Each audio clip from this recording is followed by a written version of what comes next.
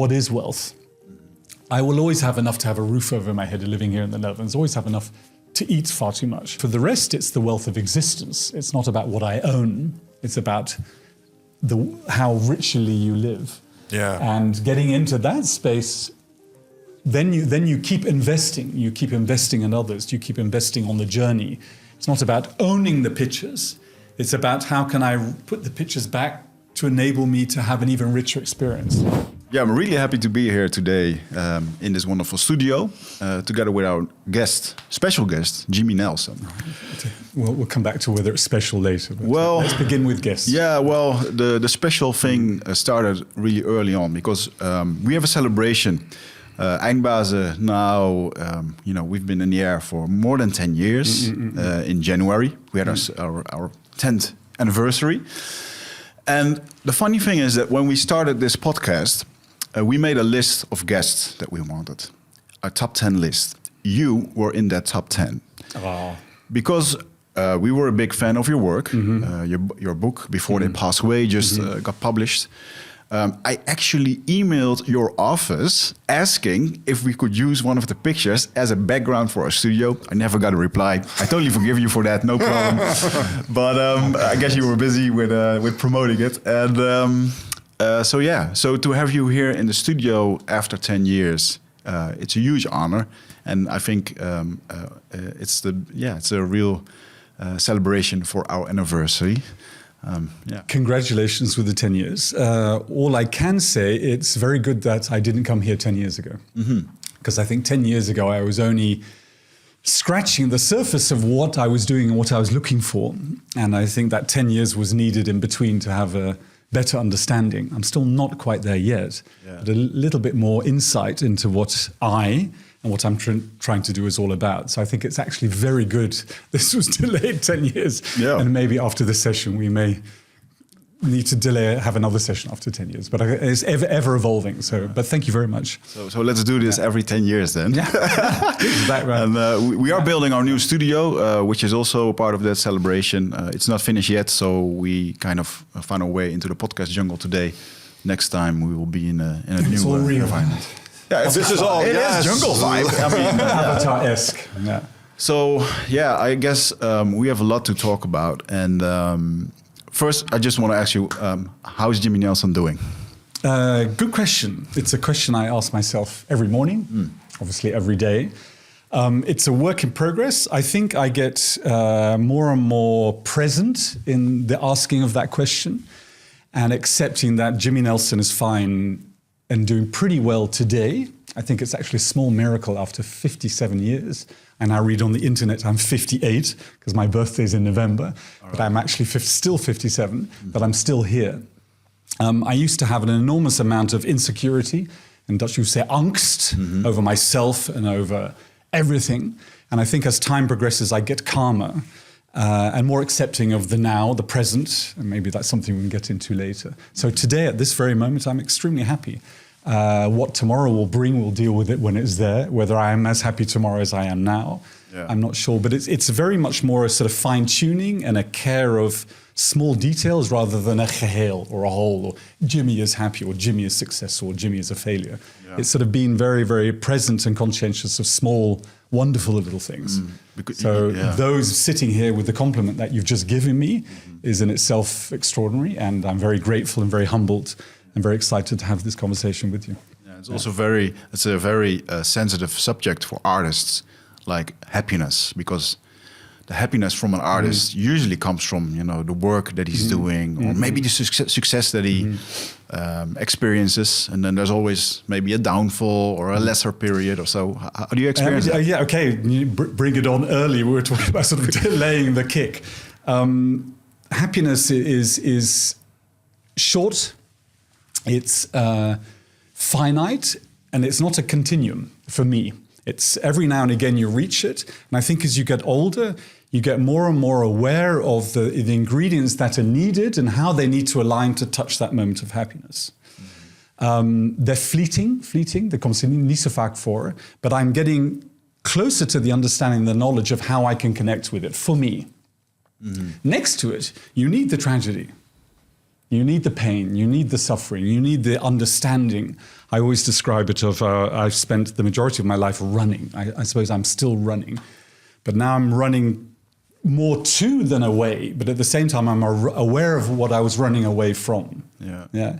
It's only until you can embrace the past and carry it with you, with all its humility and empathy into the future, that you can take those tragedies and downfalls and successes. Yeah. And when they align, there's a very fleeting moment. It's a bit like standing on a wipwap.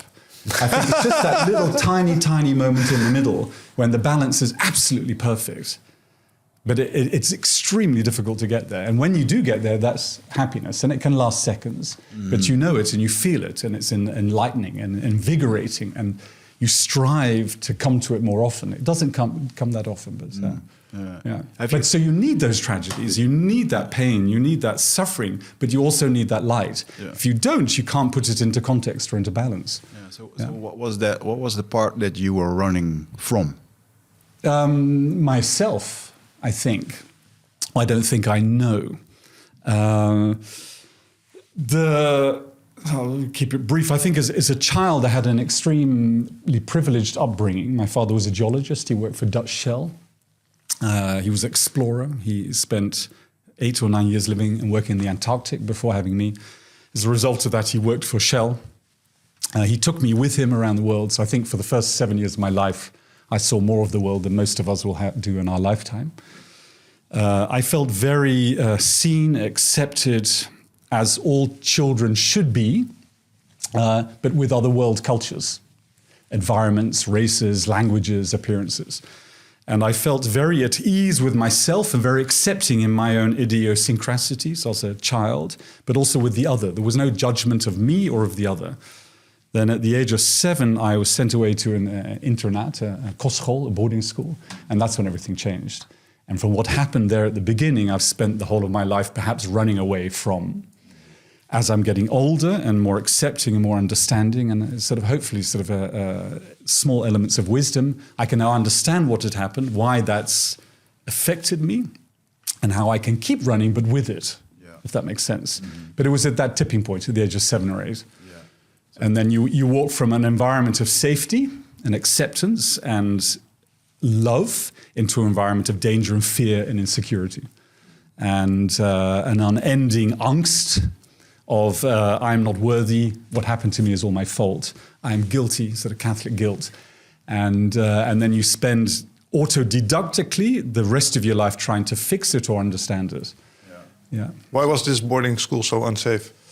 Without going too far, Catholic Jesuit priests, 1970s, I was born in 1967, I was 7 years old, I arrived full of vulnerability, love, openness, and 3 or 4 of those Catholic priests decided to do things with me with little children they shouldn't do. And basically they take you in. I was extremely sensitive child, maybe more open than other children, very creative, very almost androgynous as I get older, I realize. Sensitive, trusting, because it hadn't mattered where I'd been up until now, you were safe and you saw me and I saw you. And a small handful of those Catholic priests who've been living for 40 years in an institution in monogamy, probably hiding from something else, decided to take me and a few of the other kids, not that we ever discussed it, to places that children shouldn't be taken to, physically and mentally. So extreme sexual abuse. That is horrific. Yeah, I mean, I don't want to spend too long talking about it this morning, but I think it's an important part of the story because it's relevant to why you're running, the art, the search, the light. I mean, I always, we're jumping now almost to the end. It's from extreme darkness. Yeah. I mean, extreme darkness, no human being should be put in that position, to deciding to live. So I'm going to embrace life for as long as I can have it. But I have to look to the light. I have to get out of that darkness into the light. And that requires an enormously complicated journey. Because if at the age of 8 you're told what we've done to you is your fault, if you share it with anybody, you will explode and everybody you love will explode, metaphorically. And we will spend the next few years exercising you to take out what we've done to you. So it's all about guilt. And it's the most formative period of your life, 8 to 9, 10 years old. And then it stops very radically. And then I always facetiously say fresh meat arrives. And then you go into this limbo of secrecy. It's also one of the reasons perhaps why I'm here in the Netherlands, but we'll come to that later in the conversation. And you go into this lockdown of denial. You disconnect from any form of emotion. You can't feel anything because any form of feeling is guilt and pain and suffering. And you go into this sort of limbo. And then I reached teenage puberty. The body changed. You start becoming a man. I did have hair then. And I miss those days. In a variety of places. And you start discovering the body, the changes on the body, the sexual urges, the needs. They start reflecting on what happened to you when you were 7 and 8. And then the whole thing crashes. I came back from the Congo where my parents were living, had cerebral malaria, so I was quite sick. The priest locked me in a room for 2 weeks, saying I was contagious. Not the case with malaria, so you spend 2 weeks in a closed room like a prison. You're given a lot of the wrong medicine, and then you go into this sort of tsunami of fever, fear, guilt. And 2 weeks later, I opened the door, and I had no hair. It had fallen out due to stress, the wrong medicine. Like really on one day that happened? Well, I mean, I was in there for 2 weeks. It was falling out in clumps. And then after they opened it, it was just, there was nothing left. A little bit of an eyebrow and a few little. Yeah. And then I can remember, I mean, as you get old, you reflect and you feel more what I felt at the moment. And I felt, wow, my secret's out. That I'm ugly, if that makes sense. And the ugliness that I was indoctrinated with being as a child, you are an ugly human being because of what we're doing to you. Suddenly it's on the surface. And the whole of your peer group. Have you ever read Lord of the Flies by William Golding? This sort of 1,000 of children being sort of abandoned on an island. I haven't read it, but I know of it. And it's this sort of free-for-all of judgment and hate and borderling, and you're now ugly, you're a freak. And I said, well, you know, I felt a freak since I was 7. Okay, well, I'm a freak. It's clear how you're going to solve it. And then it's you lose your identity in a way. You lose your face because you're covered as a teenager with all your hair. And then you go into this nakedness, total vulnerability because it's all sort of gone. There's nothing to hide behind. And then you start a new journey. And perhaps that's the journey I'm still on today. Yeah, 57 years later. If you're looking back at one point as a kid, you had no option, you know, to invent all these things like disconnecting from your emotions and stuff. That's your... No, it's forced on you. It's a mechanism, right? But I think I'm a inherently positive person. Mm-hmm. I think that's a blessing. I think we're blessed with a palette of our personality. I'm not... How do you say? I'm not stupid, but I'm not traditionally academic. I like to learn from an autodidact. Mm-hmm. I don't like to be told. Obviously, I have an authoritarian complex. Yeah. I have to learn by failure. Mm-hmm. That's the only way I can understand. You can't tell me how to do it. I have to learn by crashing first, so to speak. And then there's this choice: do I live or do I die? That's a very profound choice. I'm going to choose to live, but I have to find a different way of living. And perhaps I have to embrace myself in my authenticity, in my eccentricity, and find a way to love this. This is very much why I look at the other, because I want to see how the other sees me and vice versa. And once you begin to embrace this in its inner look and outer look, can you, in a healthy way, go on this journey of this privilege of life? Yeah. What tipped the scale? So I'm hearing you say at one point you considered maybe not wanting to live anymore. I never had that conversation because it wasn't part of maybe it's because of the Catholic upbringing. You know, you're not allowed, all right. You're not allowed to terminate. Mm-hmm. But it was a case of, okay, if I'm going to live with this face, this mind, this ability, inability, this body, I have to find a different way of doing it. Yeah. And I was 17. I was just finishing my high school. I was waiting for the day that I could run. And I decided to do a number of things. I wanted to punish everybody that was around me that had abandoned me. So my parents, primarily. The institution, well, they didn't care where I was going. Then I had as a kid, and we're going back many years now, an avatar, but an analog avatar, Kuifje, Tintin. I'd always, when the priests used to come at night, I became Kuifje. I knew all his stories. So I would sort of disconnect with this body and enter into another world. So I thought I would reenact Kaufje, and Kaufje went to Tibet, and in Tibet he traveled with a whole load of monks with no hair. So I was 17, I bought a one-way ticket to Beijing, Peking then, and found my way to northwestern Tibet and started walking and dressed up as a monk. Lived there for about 2.5 years. Not to discover Buddhism, which I'm still trying to better understand, but to discover a human being that saw me and didn't judge me. It's a very simplistic way of looking at it. And go into a part of the world where I could disappear and perhaps re-emerge with other human beings. And I think if you reflect in time, I wanted to go back to my childhood when I was 6, 7, 8, traveling with my father, feeling safe with the other, without the same language, without the same color, without the same skin feather, and be seen as Jimmy, not for what I looked like or what I believed in or what I said, but purely for the soul of who I am. Mm-hmm. And obviously, as a 16 and a 17-year-old, you're not conscious of that at the time, but in hindsight, as you reflect, that was the instinct, the survival instinct.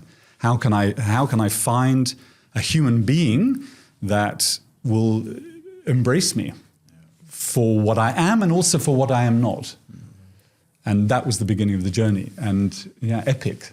And then the beauty of it was, which I didn't know at the time, Tibet, the Chinese walked into Tibet in 1952, I think, said, this is from us, cut it off from the rest of the world. So for the previous 30 years, very few foreigners had had access to an extraordinary country and culture. And by the naivety of a child, which I was, I walked into the back door.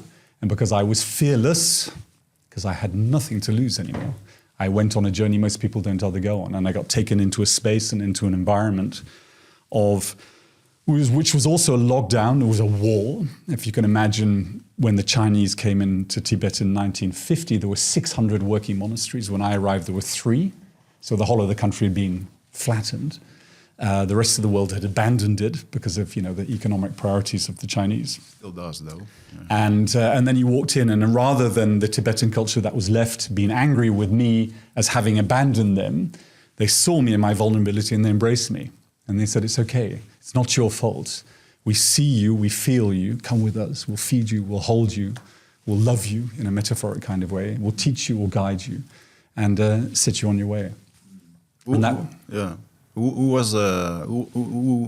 served as a guide for you there? Do you know, like, a particular person? Nobody in particular. I got moved from nomad family to monastery to nomad family to every now and again. Sometimes with the Chinese army, they were just young recruits, so they sort of thought he's this sort of lost zwerver in the bergen, and I just got transferred from group to group. There wasn't one individual. Yeah. And there was no consequence, there was no rule, there was no timeline, there was no schedule, there was no budget. It was just time. Does that make sense? And you immersed yourself into the time, into the flow. And there was no consequence, there was no fear, because I felt dead. So the only option was to come back to life, if that makes sense. And then gradually you start to breathe, and gradually you start to laugh, and you start to feel, and you start to be seen and see, and you start to believe. Yeah. I feel so many people right now are stuck in the system with a blueprint that doesn't fit the system. Yeah. And one of the ways to really have a helicopter view about it is to go somewhere where time, money, worrying about money, and all this pressure about what you should be does not exist. But I think you're right. But I think it's not. You don't literally have to go somewhere. It's more of a mental journey. So, for example, from the age of 16, for about 25 years, I never looked in a mirror. So I would avoid all reflective surfaces. This is also relevant to the travels and the journeys I go on with the communities, because it's not about how you see yourself, it's about how others see you and how you feel. So I think the bigger journey, so I've used a camera, photographer, and I've used it in an artistic context, but it's more about how could I redefine how I see myself through the eyes of the other and vice versa. So the bigger journey that I'm on still, and that's why the last 4 or 5 years have been beautiful, because I've spent more time here in the Netherlands as a result, the catalyst of the pandemic, is to dare to look into a mirror. That's the ultimate journey. And what do you see in the mirror? Do you accept what you see in the mirror? Can you see beauty? Can you see kindness? Can you see integrity? Can you see love? And can you, I think it's the ultimate journey, embrace yourself. And until you can embrace yourself and love this vessel in all its fragility, everything else is a waste of time. Every other anecdote, every other offer, reference, love, gesture, society, indoctrination, it's all an outsourcing of the real journey, if that makes sense. So avoiding that reflective surface, that mirror, and then eventually facing it and going, oh wow, this is it. This is you, Jimmy. Fuck, you know. But hey, you're maybe not as bad as you let yourself be taught you were. And remember what you felt when you were a child of 6 and 7. You flew into the world, and go back into that space.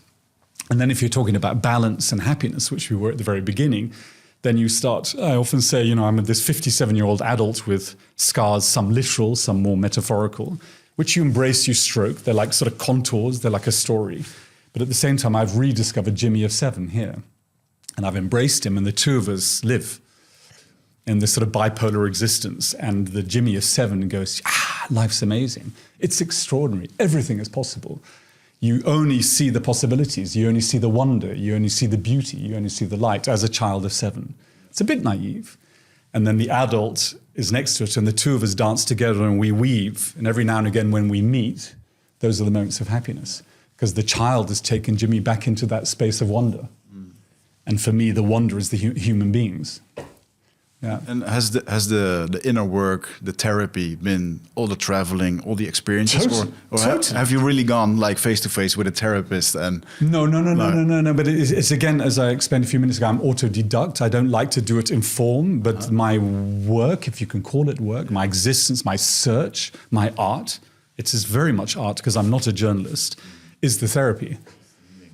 Has been and always will be. And then the more you accept it, the more you turn around and embrace the past, maybe even have empathy for the people who did the things to you that they did, you better understand humanity, you better understand yourself, and you go even deeper into the path of understanding and meeting the other. Yeah. So again, the camera is the smoosher.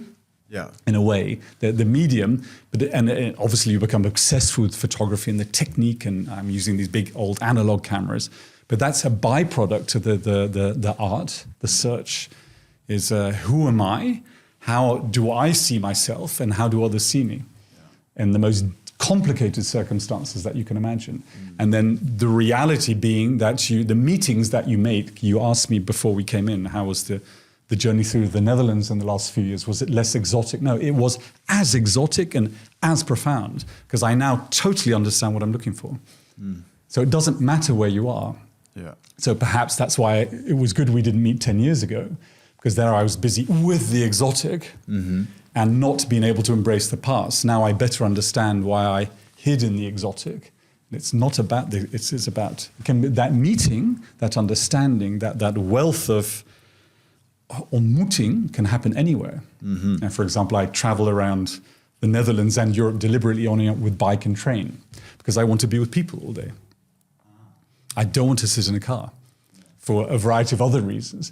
And even in the weirdest, the most remotest, the strangest hours, you have the most phenomenal meetings because you're open to the people, because I'm facing myself, if that makes sense. Yeah. And then as a result of that, I love human beings, despite what we're indoctrinated with. And despite a few individuals fucking everything up, the essence of human beings is extraordinary. Yeah. So you were talking about the feeling of guilt. And when you are guilty, you also need somebody to be angry on or somebody who does it. So in your journey of healing, what experience has a prominent, has been very valuable in the concept of forgiveness? Like, has it been maybe something that you took from one of your travels or the tribes that you visit? Big question, many answers. I think two important relationships. One was not necessarily a relationship now, but better understanding these Catholic priests. What would bring a human being to hurt a child in such a way? So that journey is something I've become very busy with. How can one human being hurt another in that way? And then as I said, as you get older, you become more fallible, you see your own weaknesses, and you empathize. You try to better understand the situation they were in, what was imposed on them by religion, by situation, by society, by time, by their own DNA.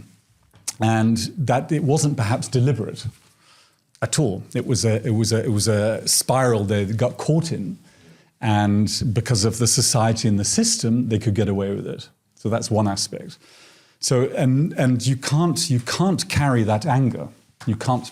And then the other one was I got married very early to an extraordinary Dutch lady who brought me here to the Netherlands, for which I will be eternally grateful for. But perhaps getting married for the wrong reasons, and for that marriage failing, and for me blaming her in the marriage, but in actual fact it had nothing to do with her. It had all to do with my state of being, that I didn't love myself. And if I don't love myself, how can anybody love me in a healthy way? But that takes time, and it's still a work in progress. And yeah. You have a long history. I mean, 57 years. Thank you. Well, I actually sort of feel quite, if I'm allowed to say, quite good and quite healthy. So I'm aspiring to. I was listening last weekend to a wonderful story about a guy who's 90 and still climbing and still exploring. And he said the essence of the reason why he's still capable of doing that, other than the fact that an element of luck was involved, that he didn't fall down crevasses like the rest of his friends, was that it was always a struggle. It was always a struggle to survive, creatively, financially, economically. And as a result of that struggle and understanding what the struggle was, kept him alive, kept him healthy, kept him with the search, with the purpose. So I embrace the struggle, I embrace my age, and I bring it on, as long as I don't drop down a crevasse. I want another 30 years, You have the feeling sometimes that you're surviving? Yeah, I think so. I think we all are. I think if you're not surviving, you're not alert. Yeah. I mean, if you don't wake up in the morning and don't honor the day, if you don't care for the bed that you get out of, if you don't care for your body, if you don't have that moment of silence, that moment of gratitude, that moment of wonder, that moment of, I'm coming to you today. Wow, what a privilege. I'm going to be sitting here for a period of time to share and to talk. You have to be very, and again, it's sort of perhaps mirroring childhood, religious, but it's more spiritual. Can I use a metaphor? I think it's a little bit like, and I've used it before, a feather. And every morning, we were all feathers when we were born, bear with me. And a feather is this very beautiful, thousands of hairs, to use another metaphor, wing. It flies.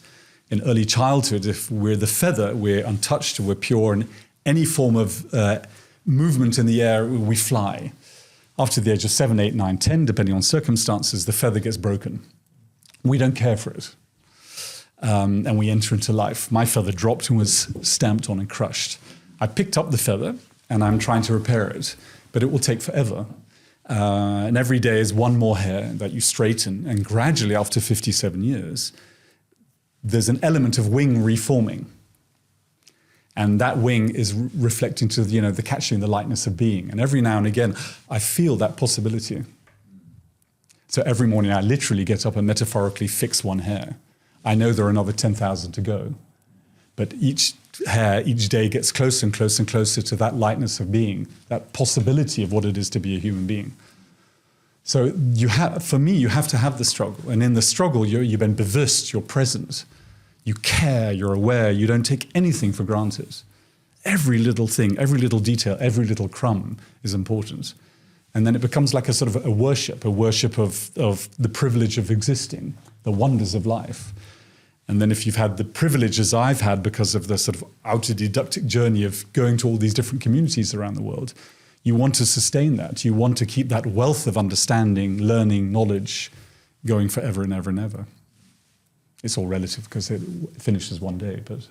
But when did you learn that creating things, or maybe photography explicitly, uncrumples feathers for you? Good question. There wasn't one moment, but it's a gradual process. when I think first, coincidentally, when you said you wanted to interview me 10 years ago, and I said it was a good thing you didn't, not only did I receive a lot of compliments, I received an element of criticism. Who is Jimmy Nelson? Well, I'm here sitting in front of you. Yeah, but who are you without authority, without education, without insight, without academic providence to see the world the way you see it? How dare you? How dare you put these ethnic colored people with feathers in their hair on a podium in the most beautiful, dignified light that you can imagine? It's fake. So that conversation started. Strangely, here we are 10 years later, the era of woke is in full force, and I'm this privileged, middle-aged white dude. male. Yeah. The conversation is even more viral than it ever was before. That was a tipping point. Okay, are they right or are they wrong?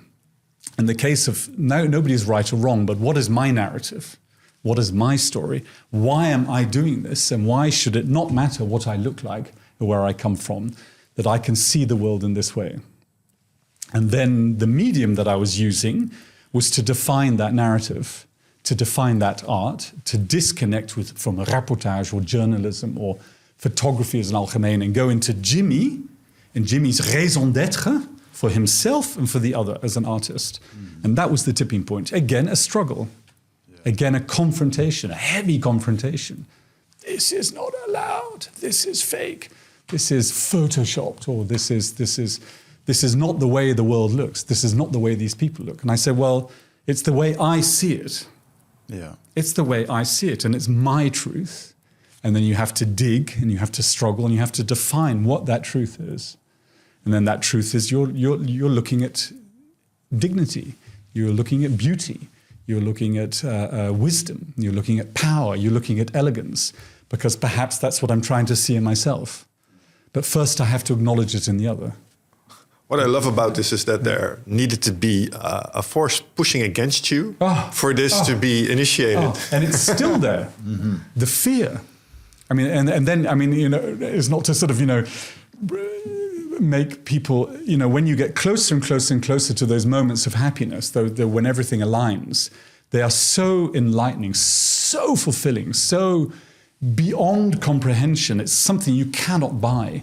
It's something you have to invest in time. You don't ever want to do without it. It's a drug. Yeah. You know you can't have it continually, but there are moments when you touch it, and then you're in fear. Fuck, what if I never get there again? That moment when it all aligned, all the feathers were, you know, many of the pictures I make or aspire to make are of this alignment, and a lot of it's related to feathers.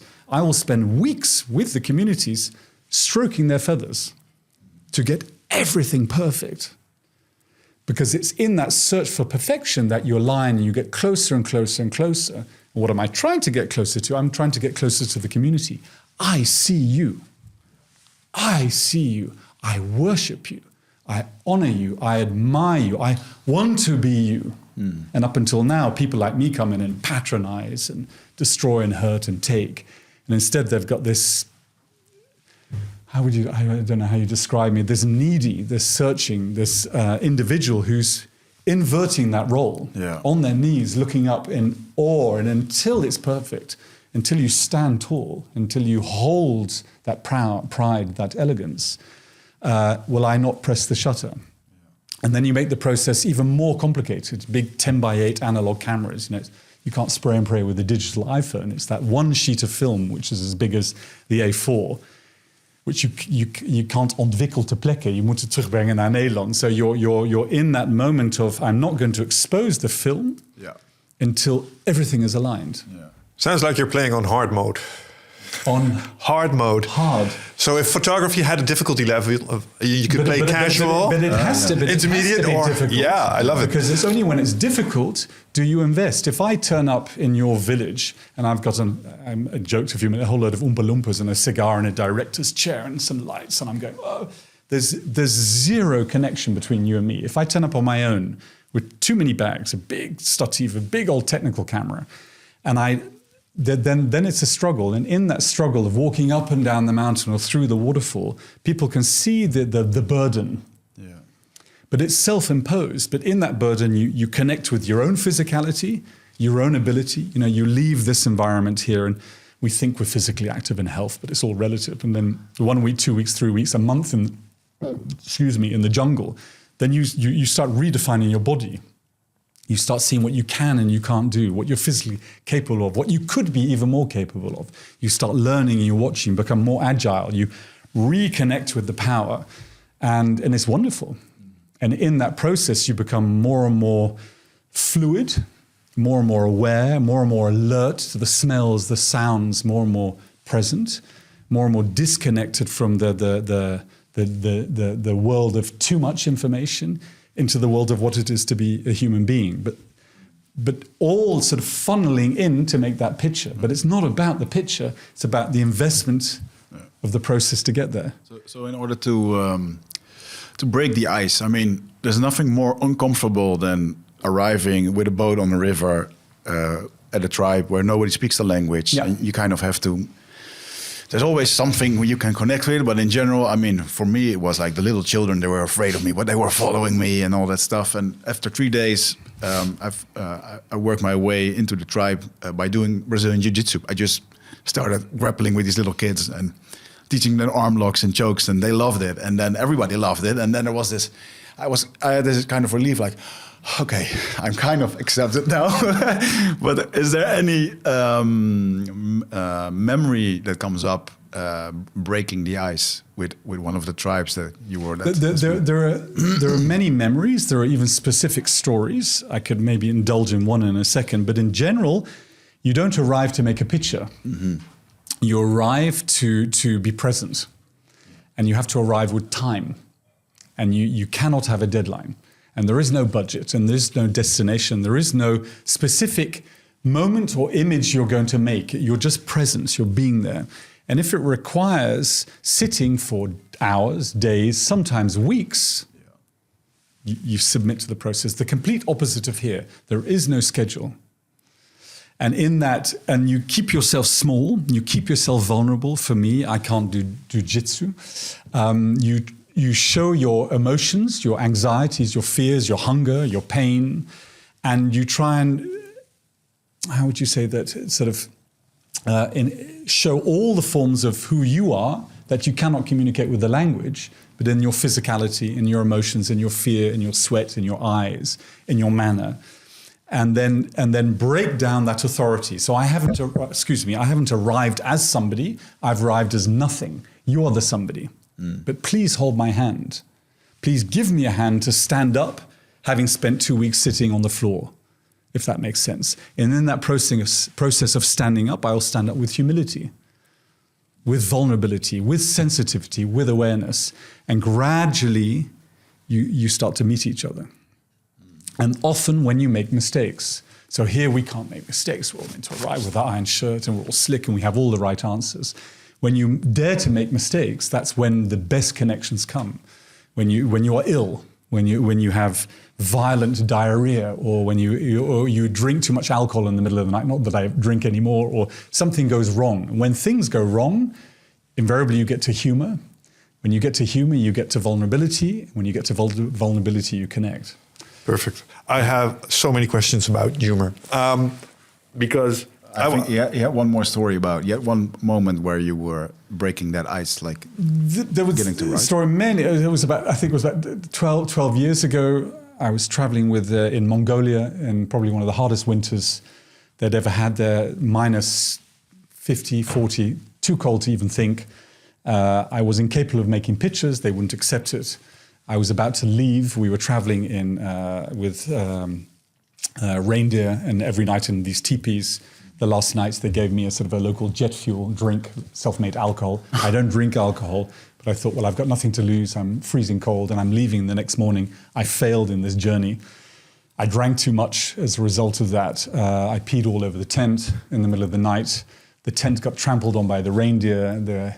In the middle of the night, cacophony.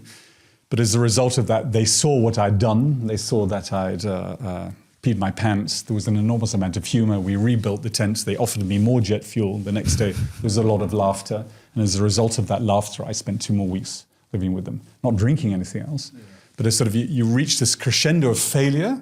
You let go, you submit, you fail in a very humiliating way, and then you rebuild as a human being. So perhaps that idea of failure, so that idea of failure when I was a child, you are a failure. Failure as a teenager, you are a failure. Failure as a businessman, those moments of failure are when you reconnect with the other and with yourself and you rebuild stronger, but in the integrity of who you are and not who you are not. So at the beginning you said, yeah, the first hour is a bit of a dance and everybody's trying to impress themselves. I don't feel I have anything to impress with, I'm afraid. You know, what you see is what, does that make sense? Mm-hmm. What you see is what you get. So you try to go to the core as quickly as possible. Because I've failed so often, there is no dance anymore. It just is. What I like about your story about the jet fuel is that while you were telling it, I found myself grinning and laughing a little. Well, I could have indulged in the stories much longer, but no. Here all morning with the details. Yeah. I love it. But what I like about it is that our Mongolian friends also found it funny. Because it's human. Exactly. It's human. Exactly. Human. Okay. And what I'm very curious about is the commonalities in humor. So I think stuff to do with human excrement is found universally hilarious. Yeah. But I'm also curious about stuff that's very specific, like very specific humor. I think having looked at us Dutch people, you could have found that we have a certain kind of humor. And I think that's true for other places of the world as well. I was wondering about maybe some exotic piece of humor you encountered. Okay, I mean, I think rather than calling it humor, it's sort of a humility. It's meeting. So I was just discussing a few minutes ago how I really enjoy traveling around the Netherlands by train and bike. After the launch of the Dutch book, Between the Sea and the Sky in 2022, I spent 2 months going to all these multitude of bookshops, and regularly now, if I have appointments, it's always on the train and the bike.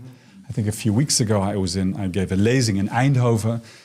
I got on the train very late, 11:15, denk ik, laatste trein naar Amsterdam. And I got into the train, I'm on my own, it's cold, I've got my bike, the train is leeg. I'm beginning to think maybe I should have taken up the offer of the hotel I was being given. Come back to Amsterdam and I get on the train with one individual. And ik zit in de gang met de fiets and then a young lady sits opposite me. She's about 18, very busy with a telephone, taking pictures of herself and looking in the mirror, very long eyelashes, fake lips, lots of makeup and a bag and shaking. And I'm sitting opposite her and immediately I didn't want her to have to shake because of me. So I immediately started a conversation with the lowest, quietest, softest voice that I could imagine. Where are you going? I'm going to Amsterdam. Oh, why are you going to Amsterdam? I'm running away. Oh, what are you running away from? This is within 1 minute, myself. It's a guy who's dressed as a woman and decided that her journey is to become a woman and her journey is not to, and that can only happen in Amsterdam.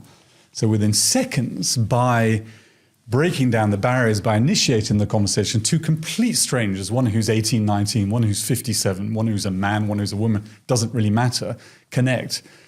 Not only did we end up laughing, we ended up crying. Because the journey was similar. And then suddenly her journey touched my journey when I ran away. I didn't have an iPhone. I didn't have fake eyelashes. I had anything but I disappeared to redefine myself. And here in the middle of the night, and I burst out into tears. And I said, you have no idea what this does to me. And then she burst out into tears. And we laughed. Even now, my eyes water up thinking about it. So it doesn't matter where you are. If you're looking for that connection, and if you feel the other, so I felt her fear, I felt her pain, I felt her angst. Was it me or was it who she was or where? And so I immediately tried to make that connection. And as a result of that, we got into this space together with laughter, but also with pain. And both matched together. And I think real laughter, real humor also comes from vulnerability. Do you think, what I like about this story is that the fact that she was on her phone, and my preconception is always that technology is inhibiting us as humans to make these connections. And what I like about it is that you, just being human, broke through that immediatly. Okay, well, taking it about technology and phones, a question you may ask me, which I'll ask myself and answer you anyway, is what was your last picture, or what is your favorite picture? Well, first of all, I've been taking pictures since I was 16, so I wouldn't know anymore. one of the answers is I haven't made it yet. I never will. I want to make the most beautiful picture that's ever been made. That's the journey of the artist, but that's another conversation. But my favorite picture is the last picture I made, and that was yesterday evening with somebody else with their iPhone anonymously. So I will make it another ritual every day to minimally, at least one or two couples, often people are making selfies of themselves and they're standing very awkward and they're standing like this. I will go up, two strangers within seconds say, give me your telephone. 99% of the time they give it anyway. It's sort of here. And I said, you're doing this wrong. We need to find the light and we need to make this a special moment. So immediately there's this sort of out-of-body experience and everybody's flustering. We've just given our phone to this strange bald guy in front of us. And what do you want us to do? And I said, well, hold each other. You know, if this is gonna be love, make it for real. So immediately they cuddle up. Then I hold them both and I move them until the light. And then I stand back and I say, look, we're gonna do this properly. And then I make a number of pictures. I give it back to them. There's no exchange, there's no number, there's no name, there's no herkenning. It's all irrelevant. And within seconds, there's a smile on their face. You see us. They don't necessarily say it. And that gives me a feeling of worth. Gives me a feeling of validity, gives me a feeling of beauty, of happiness. Even on the shittiest day, you will always find some couples taking pictures of themselves. You just have to see it. And then in that moment, there's, thank you. It's okay. It's just a very short, brief human interaction. It doesn't cost anything. And that gives me worth. This is my value for being here. I saw them. If I get run over by a bus on the corner here, I was present. I was still giving. I was being who I wanted to be in that moment. And an exchange.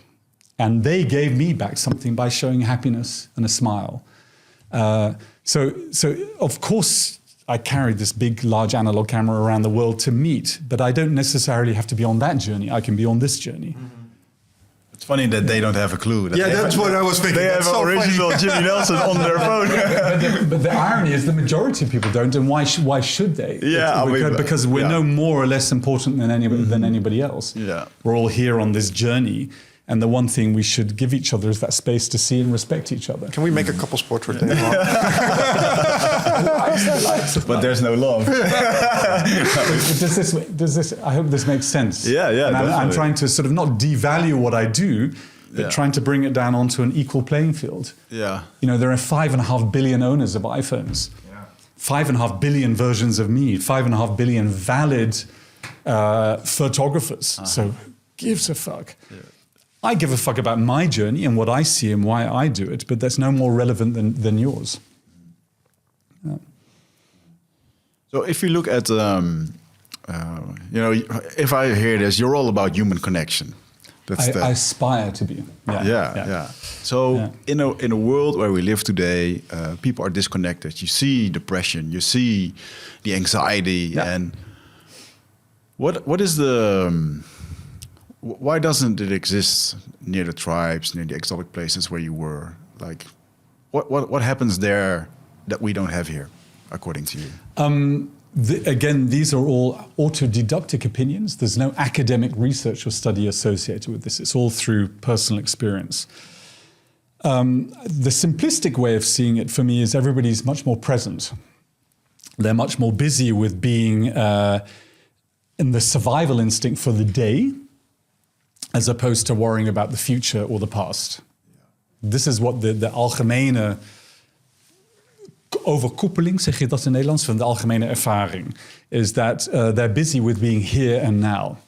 Where are we now? Who are you now? Who am I now? And what is the betekenis?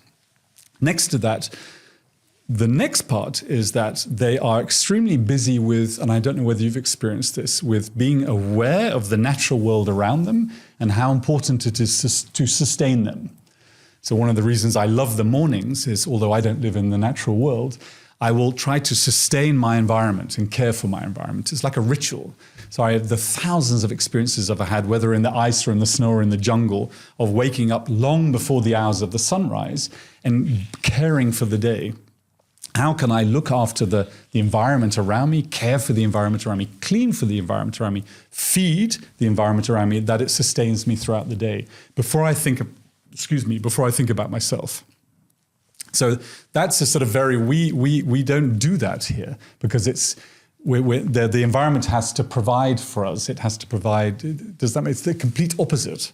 There's no. It's difficult to explain. It's the sort of inverse. The environment should be in dienst for ons, as opposed to ons being in dienst for the environment. Yeah. And that's a very simplistic thing. So that it's a wonderfully humble way of existing because you live with the light, with the sound, with the nature, with the movement, with the fear, with the volcano, with the ice, with the wind, with the snow, and you become much more part of it in humility, as opposed to sitting on top of it in eigendom, surrounded by glass, central heating, and concrete and a pension. You are part of it. You're part of the process. You're part of the cycle. You're not. It's also there isn't this sort of idea we're all going to live forever. It's just we're in this moment and we pass through this passage of time, no more important than any of the plants that we see. Mm-hmm.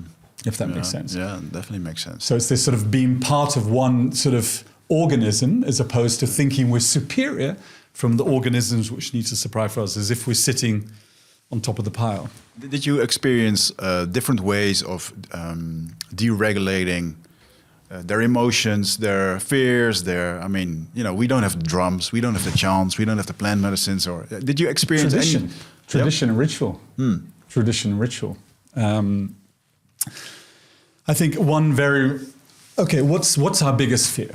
I'm asking you a question. So this is related to a story, but I'm going to throw it back to you. What's the biggest fear? In general? What's the one thing we don't have an answer for? Life after death. Yeah. Good done. Ding, you got the right answer. A story relative to that. So life after death. We're all going to die. What's it all for? That's the unending conundrum here. And one way of solving it is we try and prolong this life as long as possible to not deal with the inevitable that is going to happen. I find when you're with these communities, it's the complete opposite. It's almost, it's so inevitable, it's even more powerful, more present than being alive. When that moment begins to arise, let's say it arrives in age or in illness, there's this ontarming and this celebration of the fact as opposed to the denial. So I've been in many communities when somebody's aging, they're ill, the community gathers, they say, right, this person will die in the not so distant future. We can either spend all our time and our energy and resources keeping them alive, or we can terminate it. Sounds very melodramatic. Terminate it? Yeah, well, it's a downhill slope from here. Let's end on a peak. So in the context of a ritual or in a ceremony, they gather around, they celebrate this person's life. They put them on a pedestal. They say, this is wonderful. And at the end of the party, I'm oversimplifying the ritual, they terminate it by invariably poison. And then it's over. And then they move on.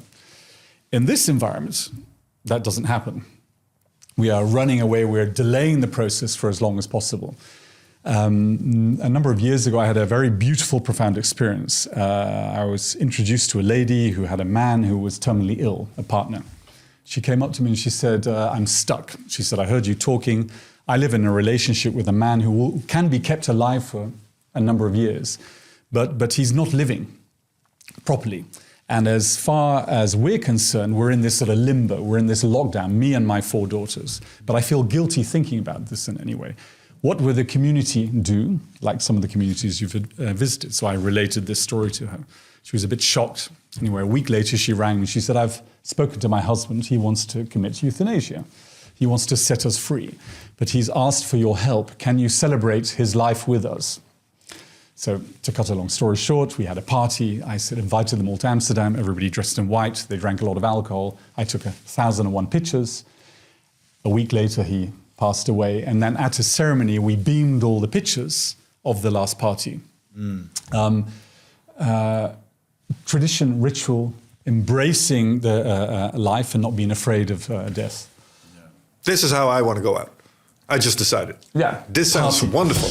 Yeah. As long as your relations all wear white. No. But again, I'm simplifying the complexities, and obviously each community has different nuances. But it's being fearless. Being fearless. And I think that's one of the biggest inhibitions of contemporary society, and especially younger generations, is living in fear. Reflecting back to my 7, 8, 9-year-old child, that was the most fearful experience that any human being can ever have. But by embracing it and saying, well, it can't get worse than being locked in a coffin on an altar and being exercised. It can't get worse than that. So you open the space and the door in your life to different experiences. So people often say, oh, you're very brave, Jimmy. Bullshit. I'm not brave at all. I'm as fallible and as fearful as anybody else. But I embrace the experience. Yeah. Because it can't get worse than that. And until you've dared to look into that space and dared to look into that fear and dared to embrace the inevitable of death, you can't live. I don't know if it's a pattern, but what I noticed is that if you describe something like being exercised in a closed coffin, that's like the biggest perversion of a ritual I can think of. It doesn't get worse. Yeah. I wasn't going to mention it, but I sort of got carried away in the story to create an image. Yeah. But what you have done after that is sort of maybe, I don't know, cleansed or purged that experience still purging with better rituals. Yeah, very much so. But again, acknowledging the ritual. That was a ritual that was built into a tradition and a religion, and it was abused severely for somebody's benefit. But it's not to avoid or deny ritual. Ritual is very important, but it's how it's used. Yeah. So if you look into the book I made during the pandemic here in the Netherlands, Between the Sea and the Sky, superficially the klederdracht, maar daar gaat het niet om. That's the sort of the dance, the exterior to rituals, to how a community sees themselves, how they respect one another, how they embrace one another, how they hold one another, how they see one another. So I believe very strongly in rituals and traditions, and I think they're very important. And I think this is one of the illnesses of contemporary society. We're all becoming homogenous. We all end up looking and acting and being the same. Individualism is extraordinary, but it's what you do with it. Yeah. What has been the profound insight that you found this discovering the Netherlands again, and like what has been the it's hard for me to see also, like what is the spiritual connection that we have in the Netherlands? What is it that you found that what was so typically Dutch or Can I answer it with a story? Yeah. Okay, and it's easier for me to answer with a story than one specific. So I spent 1.5 years making this book during the pandemic. 20 different communities around the Netherlands. There's a bit of an opbouw to the story. So I have a handicap, but I see it as a positive handicap in giving everything away for free. And I believe very much in reciprocity. And I'm given so much, so I take your picture, so I have to make sure I give even more back. So for example, you're giving me the privilege to be in your podcast. I need to give you good content. I can't just sit back and go for the ride. So it has to be reciprocal, because I'm grateful. So I remember during this book, every single one of the individuals I photographed, I promised a copy of the book to, even before I made it. At the end, we counted there were 900 people. So 900 people had been photographed, and that meant 900 people had to receive a large, heavy coffee table book. But I have to keep my promise true. And so I work with a small group of colleagues who manage the whole onderneming, which I can't do. And I said, I've got good news. We have to give away 900 books. Oh my God, Jimmy, we're already skating on the edge of financial sustainability. This is the tipping point. And I said, yeah, but you have to give them. You have to keep them. And I've organized something else, or we're going to organize something else. I've invited all 900 people to come to Amsterdam in klederdracht on one date, on the 22nd of September, to stand on the museumplein. So unanimously around me, what I heard is, you're insane. That can't happen. There needs to be a vergunning. It will rain. Nobody will ever do it. They don't meet each other, these groups. They don't communicate with each other, these groups. And this will fail. I said, well, we can only try. And what's the intention of this? Well, the intention is a reciprocal moment. It's also a stunt. There's also but let's try. You can fail. I've failed more times than I dare to account, but let's try. So, a small group of people around me helped me. We found some buses. On the 22nd of September, the weather forecast in the morning was heel veel regen, no vergunning for the Museumplein, and we're expecting 900 people in klederdracht, who 95% of them have never been or never come to Amsterdam. Anyway, at 12 o'clock, the sky begins to clear. At 12:30, the buses arrive. At 1 o'clock, 900 people in klederdracht are standing on the Museumplein. I had some friends with the brandweer and the Hofmankade, so they made it available that the Museumplein was empty. They hoisted me up into the air. I had a camera, 900 people, a couple of thousand tourists. I shout down to the group, I love you. Thank you for coming. I see you. 900 people in klederdracht who had never met each other before look up into the sky, scream the same thing in return. We love you, Jimmy. It's the same experience you're looking for, so you become one. I made one picture. They danced for 1.5 hours in the sort of the Polonaise. And what happened was what I'd intended to happen for the whole journey. It was this way of bringing that community together, not only in the 20 verschillende gemeenschappen in Nederland, but bringing them terug naar Nederland. But the intention is nothing more than I see you. I came to see you as 900 individuals. I came to give back to you. I've asked you to come back and see me as a group and to celebrate you and put you on a podium. So the biggest intention was to see and be seen, to discover a group of people who are a small fraction of the Dutch society, but still hold on to very, very strong, rich traditions, old and young, male and female, and how important that is. Nowhere else in the world do those traditions exist than here.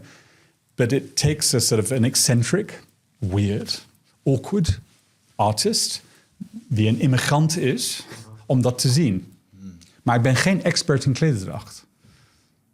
But I am an expert in going to see to be seen. Mm-hmm.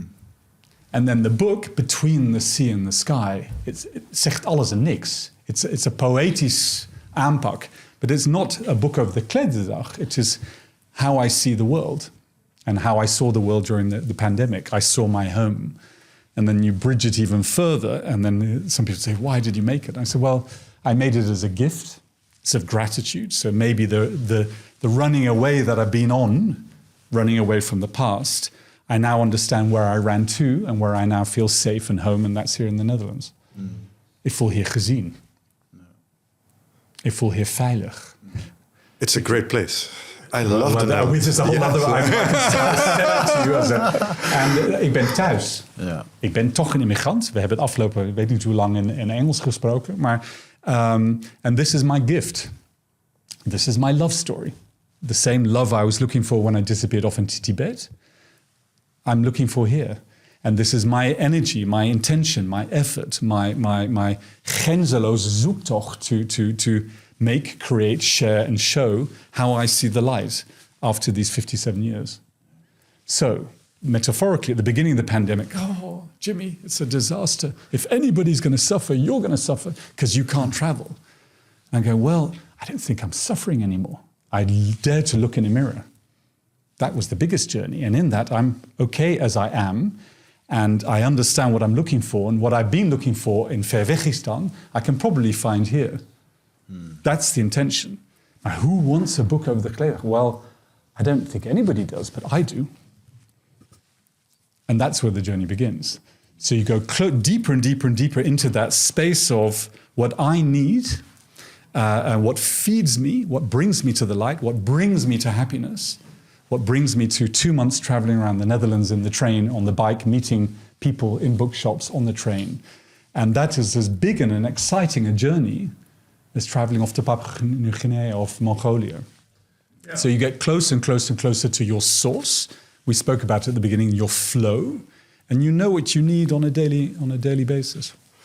I was just wondering if the whole process that you described, going into a native tribe, maybe was also necessary going into these little Dutch enclaves of... Even more so. Ancient traditions. Even more so, because you go to an island of Urk. Yeah. and Urk, but Urk is rich. Wow. There are There are literally thousands of people with their traditional klederdracht, but they hold the rest of the world away. You judge us. It's our and indigenous. as a result, we judge you. It's a closed metaphor. Was an island, still is an island. And to get into that space requires an enormous amount of empathy, patience, understanding, sensitivity, awareness, kindness, listening, seeing. And then gradually when you get taken in, it's like you go under the bridge, the door closes behind you and you went, je hoort bij ons. Yeah. And then this is who we are. Excuse me, this is our world. Because we trust you to see us with elegance, with dignity, zonder beoordeling. So it's even more complicated here because we know what media is, we know what cameras are, we know what opinions have been said. Often when you've experienced it, when you go seriously off grid, in many ways you can skip under the radar. Here, there is no skipping anything. No. You have to be totally open. But in that integrity and sincerity of what you're trying to see and why you're trying to see it, it's not the picture. It's not the picture, it's the meeting. Yeah. What I've always found so fascinating about Holland is that even though it's a small country, the differences are very big at small distances. So one village can be one way and the next village over can be a completely different way. So I can imagine that us being modern professionals who have a certain way of being in life, like you mentioned, always in the future or living in the past, driven by technology. What places in Holland or in the Netherlands are there where that pace is significantly lower? Are there still places untouched where it's more relaxed pace, maybe? Nothing is untouched. Not to confront you or disagree with you, but it's all touched, but it's how they deal with the touch. And I think these communities that I visited, and some of the rich ones were Marken or Volendam, or in Zeeland or in Urk. They are, I would argue, there is a better balance. So within those communities, there are young people who live in the modern world. They have modern jobs. They're stewardesses, they're bankers, they're accountants. But they balance the traditional village life or country life or community life in context to that. So for example, with Marken, where I've been going to regularly, you have one meeting, then you have two, then with a family, and then it grows. And then this time last year, they had what's called an ijsbruiloft. Okay. Obviously, there's no ice anymore, but there were a gathering of more than 800 people in klederdracht. So as time progresses, you go further and further behind the scene, and more people have it. And then you see there's this. And within that community, there are, a number of elderly people who wear the klederdracht every day. But by far the majority are young people, far younger than I am, who live in the modern world, but live in the modern world with a balance. And when they return to their community, to their island, to their gemeenschap, they align with that tradition. So it's an awareness of the tradition, the culture, the time, the stories that they wear, why they wear them, the adaptation of what they've inherited and they're going to take into the future, and how they bring that into the modern world. So it's more, I wouldn't say it's untouched. There's no isolationism, but there's more balance to it. And I hope on a few occasions, young people have said to me even more awareness and respect for their tradition because of the acknowledgement that the book received. So we are not on our own. We are part of something bigger. Yeah. Where do you think the typical Dutch behavior comes from? That we are very direct, maybe a little bit stoic in some kind of way. And I mean, even our humor doesn't get understand everywhere in the world because it's too, Again, this is autodidact. I mean, I've read a lot, but my opinion is scale, humility. By far, the large part of the landscape that we live in was not ours. It belongs to the natural world. And I read somewhere that the way to you can't reclaim the land. You have to love and live with humility and balance with the land. And then maybe that as a metaphor, the Dutch live and love and balance with humility with themselves and with the world. There's an element of sort of a nuchterheid. Because any minute now we could be flooded, we could be taken over, the natural world could take us back, or take itself back. And as a result of that, we're less, I regard myself as one of you or of us, hence why I say we, are less arrogant and less, and more, nuchter and more present. I mean, coming into the conversation we were just having, and more realizing, more aware that we're part of a whole. Voor zo'n kleine landen overal in de wereld kom je Nederlands tegen, mostly the sort of engineers, and this sort of idea of, we're part of something more global. I think you also get back into the history, the openness. I always say one of the reasons I came to the Netherlands is in the UK, where I was born and educated. When there's a problem, they close the curtains, have cups of tea and talk about the weather. Here we don't have curtains. And there are many analogies as to why. And we tend to sit in the window on our underpants smoking a joint saying, well, it's what it is. This is what it is. And in that fear of myself, of my ugliness, of my unworthiness, I felt here less judged. Ja, het is gewoon Jimmy. Zolang als je aardig bent en je lief doet, is allemaal prima. But in the UK, nee, wat voor schoenen heb je aan? Hoe spreek je? Waar ben je naar school gegaan? Wat verdien je? Wat is jouw titel? I quite like that. Yeah. Ik zit hier gewoon op mijn fiets en ik doe mijn best. This is one of the most beautiful memories that I have from going into the jungle. The last time I went there, I ran into a Dutch guy inspired by my book and wanted to go to the jungle. I met him on the same plane. It's like, why are you here? He's like, because of your book. So that was kind of synchronicity. But isn't that beautiful? I mean, those are the moments you live for. Yeah, definitely. Unbelievable. It still gives That's you a goosebumps. legacy. Yeah, Still gives you goosebumps. Anyway, he was finishing his medical school. He was becoming a doctor, and that's why he had the last chance to really do this traveling.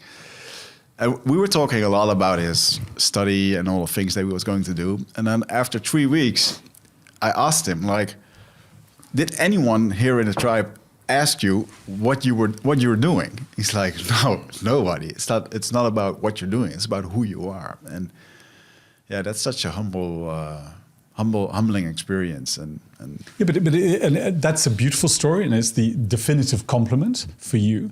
But it's also very much similar. I try to return to most of the people I photographed with the book, or books I'm making, or pictures.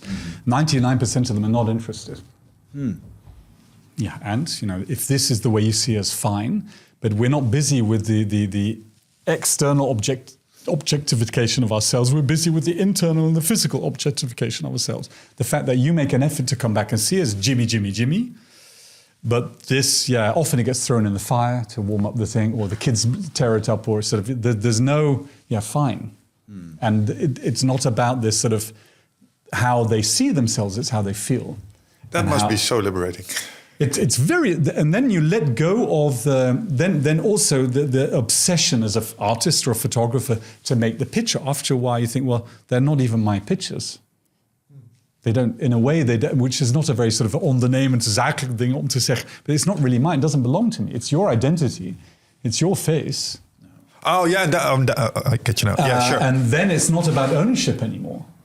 And then it becomes, well, no, this is just a sort of transaction, and this is just the validation for that journey and seeing. Then you go beyond this, okay, well, have you made that one picture? Well, you'll never make it. But then you get into the fun part of the journey is, okay, am I going to dare to be an artist? I think that's the most exciting, terrifying. Yeah, okay, I'm going to finally call myself an artist. Well, what's the intention of an artist? To make something that's never been made before. Yeah, to make that one thing that leaves a mark. So I now say I want to make the most beautiful picture that's ever been made. Whether I will or I won't, debatable. I don't think it exists. But to put it out there is like the ultimate light on the horizon. And that feeds the energy, that feeds the search, that feeds the fire, the thrill, the anxiety, the fear, the love, the search, the curiosity. Is it possible for one person to make something that's so monumentally beautiful of another human being that everybody goes unanimously, what the fuck, I see myself. And then once you put it out there, whether it's attainable or not, and then it's not about the picture anymore, it's about the process. And then that's when you get into that flow state where you really start going, oh, it's about this process, it's about the journey, this is my path. And whether the path lasts one more day and it's the last picture on the bridge of the selfie of the couple in the rain, or in 30 years' time, it's that one monumental picture standing on top of the mountain, either or, it doesn't really matter anymore. You're in it. Yeah. You're a deep thinker. Maybe. Yeah, I don't know whether, I think we're all capable of it, but not all of us get locked in a coffin. Yeah, true. To use it as a metaphor, many of us are letting ourselves being locked in a coffin by what we're being indoctrinated with. I indoctrinated myself from a very early age. You are worthless as a human being. Yeah? Everything you felt is a waste of time. Your intelligence, your ability, your whatever. To try and connect back to that and accept and look in the mirror and say, well, actually, there must be something that's valid, that's escaping from that coffin. We are being, on a daily basis, indoctrinated as human beings. You're worthless. You're not in control. It's not about you. It's about one or two individuals who are making all the decisions for you. Until you unlock that and go back to that source, that child, that feather, that likeness of being. I mean, and the feather analogy from, Forrest Gump. In the beginning of the film is that feather. That feather is the same metaphor. He was a child, severely autistic. That's how he saw life. That's how he went into it. He was capable of seeing and flying into every situation because he was fearless, just curious, like a child. He met love at the very beginning with Jenny. She was heavily abused and she let the feather be destroyed, and she spent the whole of her life searching for the love of the other. But until she accepted that it was the love of herself, and Forrest had it for her at the beginning. So I'm going off at many tangents, but cool. Yeah. I think we're all capable of it, and I don't think I'm more or less a thinker than anybody else, but I literally had to get out of that coffin from a very early age. I think most of us are metaphorically letting ourselves be locked up. Yeah. And until you let go of that unlocking, you can't see the possibility of life. And then it's terrifying. Then it's absolutely terrifying. I have 3 adult kids in their mid-20s, and this is a regular conversation. And I'm daring them to unlock it, because if they let themselves be locked in, why bother? Yeah, these are mind traps. I was wondering, and this also goes to his journey to the jungle. I think a lot of us are caught in these mind traps. Something that helped me escape these mind traps goes back to a ritual. This man once brought me to an ayahuasca ceremony, and that stuff is mind-blowing. Mm-hmm. But if you look at what it's doing, sort of going to what you're saying, it helps you escape that self-created coffin. I was wondering in your journeys if you've seen other rituals similar to ayahuasca that help individuals heal these processes or maybe escape these traumas, because that's what these... I try to, because I'm not, I believe, very strong educated in the use of, let's say simplistically, narcotics or medicines. I try to avoid and have to date succeeded in never using anything. I believe very strongly that when I go on a journey and I become part of a culture and a community, I can't wear the feathers. We talked about that earlier. And I don't want to take any form of narcotic that takes me out of the present. I want to understand the journey that I'm on, what I'm feeling, what I'm seeing. And if it requires another 20 years, I'm far more committed to that than this is the way I talk to myself about taking the shortcut. I have observed communities using forms of medicines and narcotics and rituals for themselves, but that's their tradition, that's their culture. I can observe it. I don't know whether I can understand it. I can feel it, I can see it, I can photograph it, but I can't have a profound opinion on it. Participating myself in that, I try to avoid that. One, because I want to feel the growth, I want to feel the learning, I want to feel the understanding, if that makes sense. So if it's taken me 40 years to sit here today to have a little bit of an insight, I'm committed to the next 40 years to have a little bit more insight after that. But this is very, very personal. And there's an element of fear, I think, as well, going into the unknown. So on one hand, I am fearful. When I learn, I want to learn, I want to be bewusst. Yeah. And I want to understand how I saw those colors of the rainbow and how I reached that moment of alignment and happiness. And again, if it takes me another 40 years to feel that again, I'm willing to commit to that journey rather than take a cut. But this is just my interpretation of it. And then this humility, if I don't really understand what's going on, to understand how that tradition is being used and what it's being used for, you have to, it's a bit like Buddhism, for example. I'm fascinated by religions in general, but as a whole, I'm very spiritual, but it's an amalgamation of many forms of wisdom and insights. And I have my own draaiboek, my own manual, but it doesn't have a title, and I don't sell it to anybody else. But I can't call myself a Buddhist because I wasn't born it. I don't live in that environment. I'm not surrounded 24/7 by it. But I can be aware of certain aspects of insight, of wisdom. So does that answer the question? We're just going to wait and see what happens when you finish your drink. Then you don't know yet. You should kick it in a minute. Yeah, but that's beautiful. And I love what you're talking about, and you might experience it as well, is when you go somewhere where you don't understand the language, you just have your own experience. And I've been working on my Portuguese, but I've been back in the jungle sometimes wishing, like, I wish I didn't understand it, because the last time I was here, like, everything was kind of like feeling, touching, smelling. You had no clue. And that's so much more rich, the information that your senses will give you. But again, it depends on your makeup, on your mind, your need. I want almost this helicopter view of humanity. So, for example, the work that I'm making at the moment, the algemene paraplu daarvan is called the canvas of humanity. So I'm again an artist. I see things visually. I see things perhaps superficially, in all honesty. I'm not that deep diving academic for one idea, for one subject like you, for one group, for one community.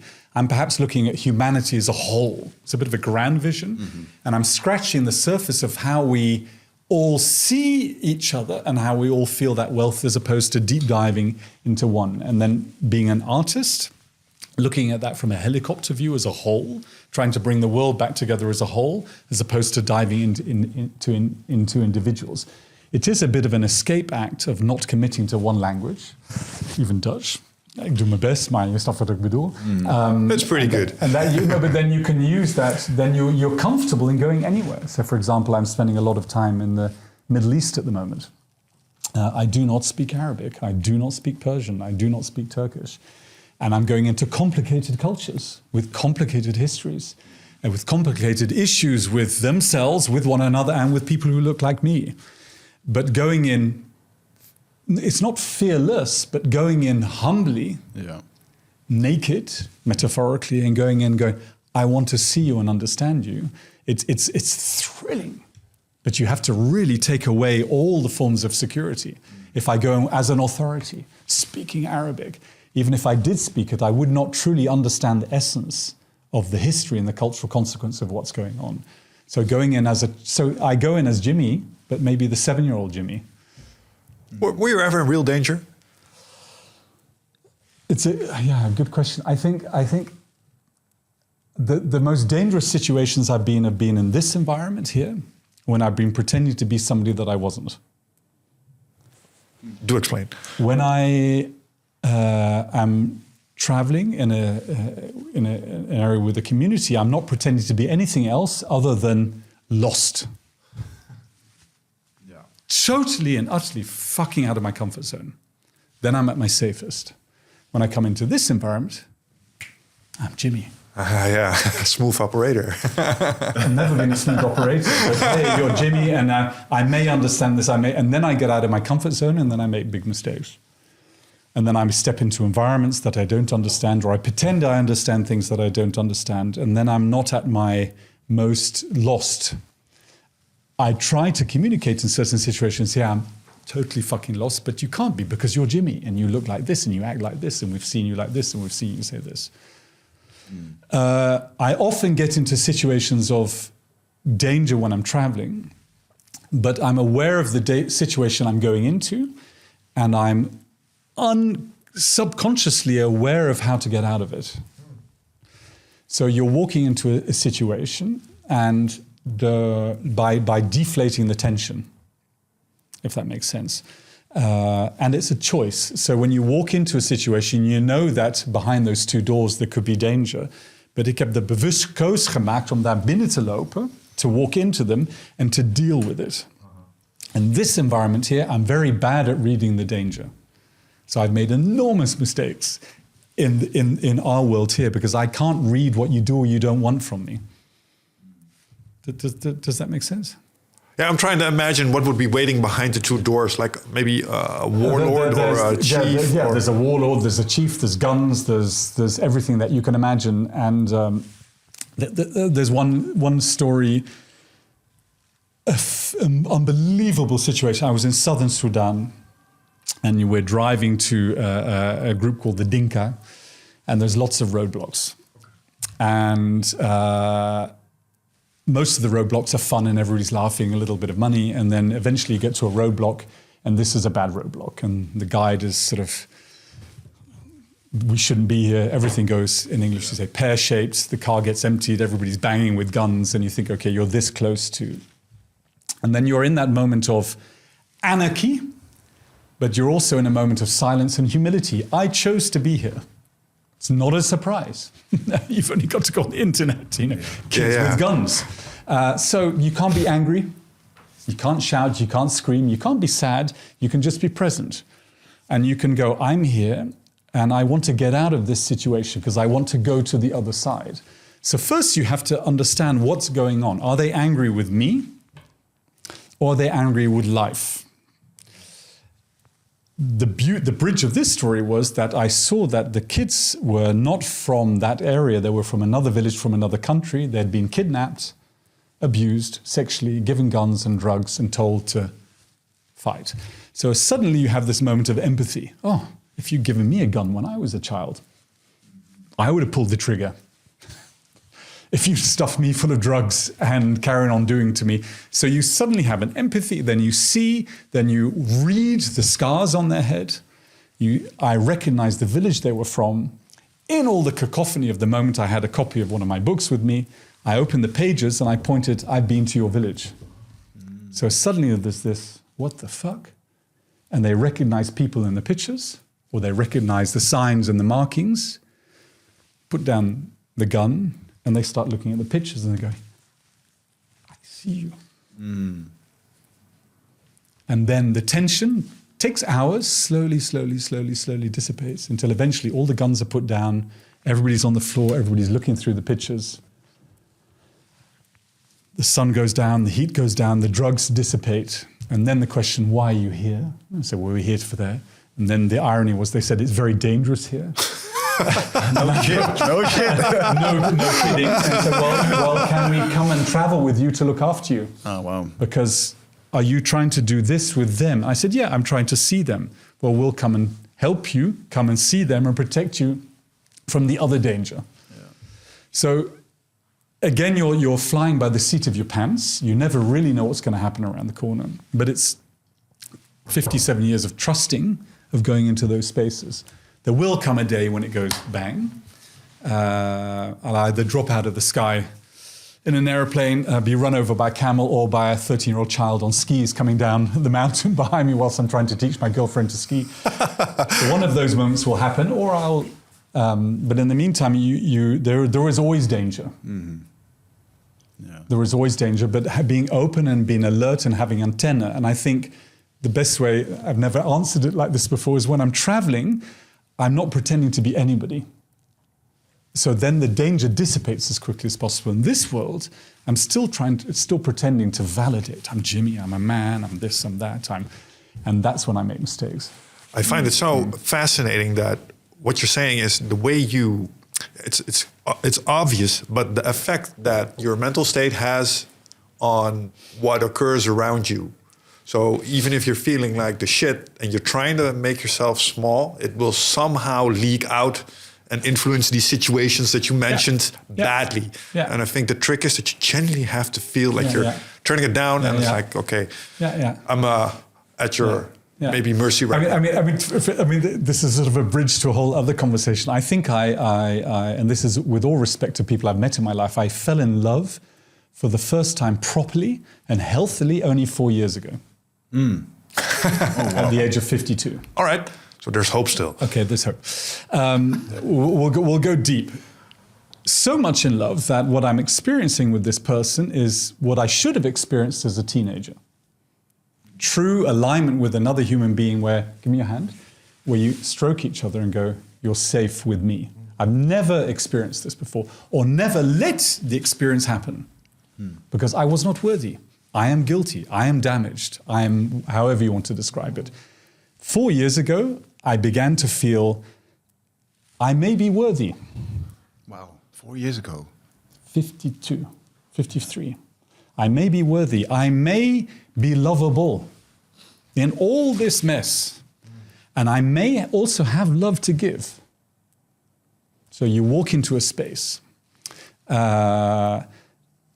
There's another, okay, and I remember I was beginning to feel this, and I was working with my colleagues that were female, and they said, Jimmy, it's time you download some apps.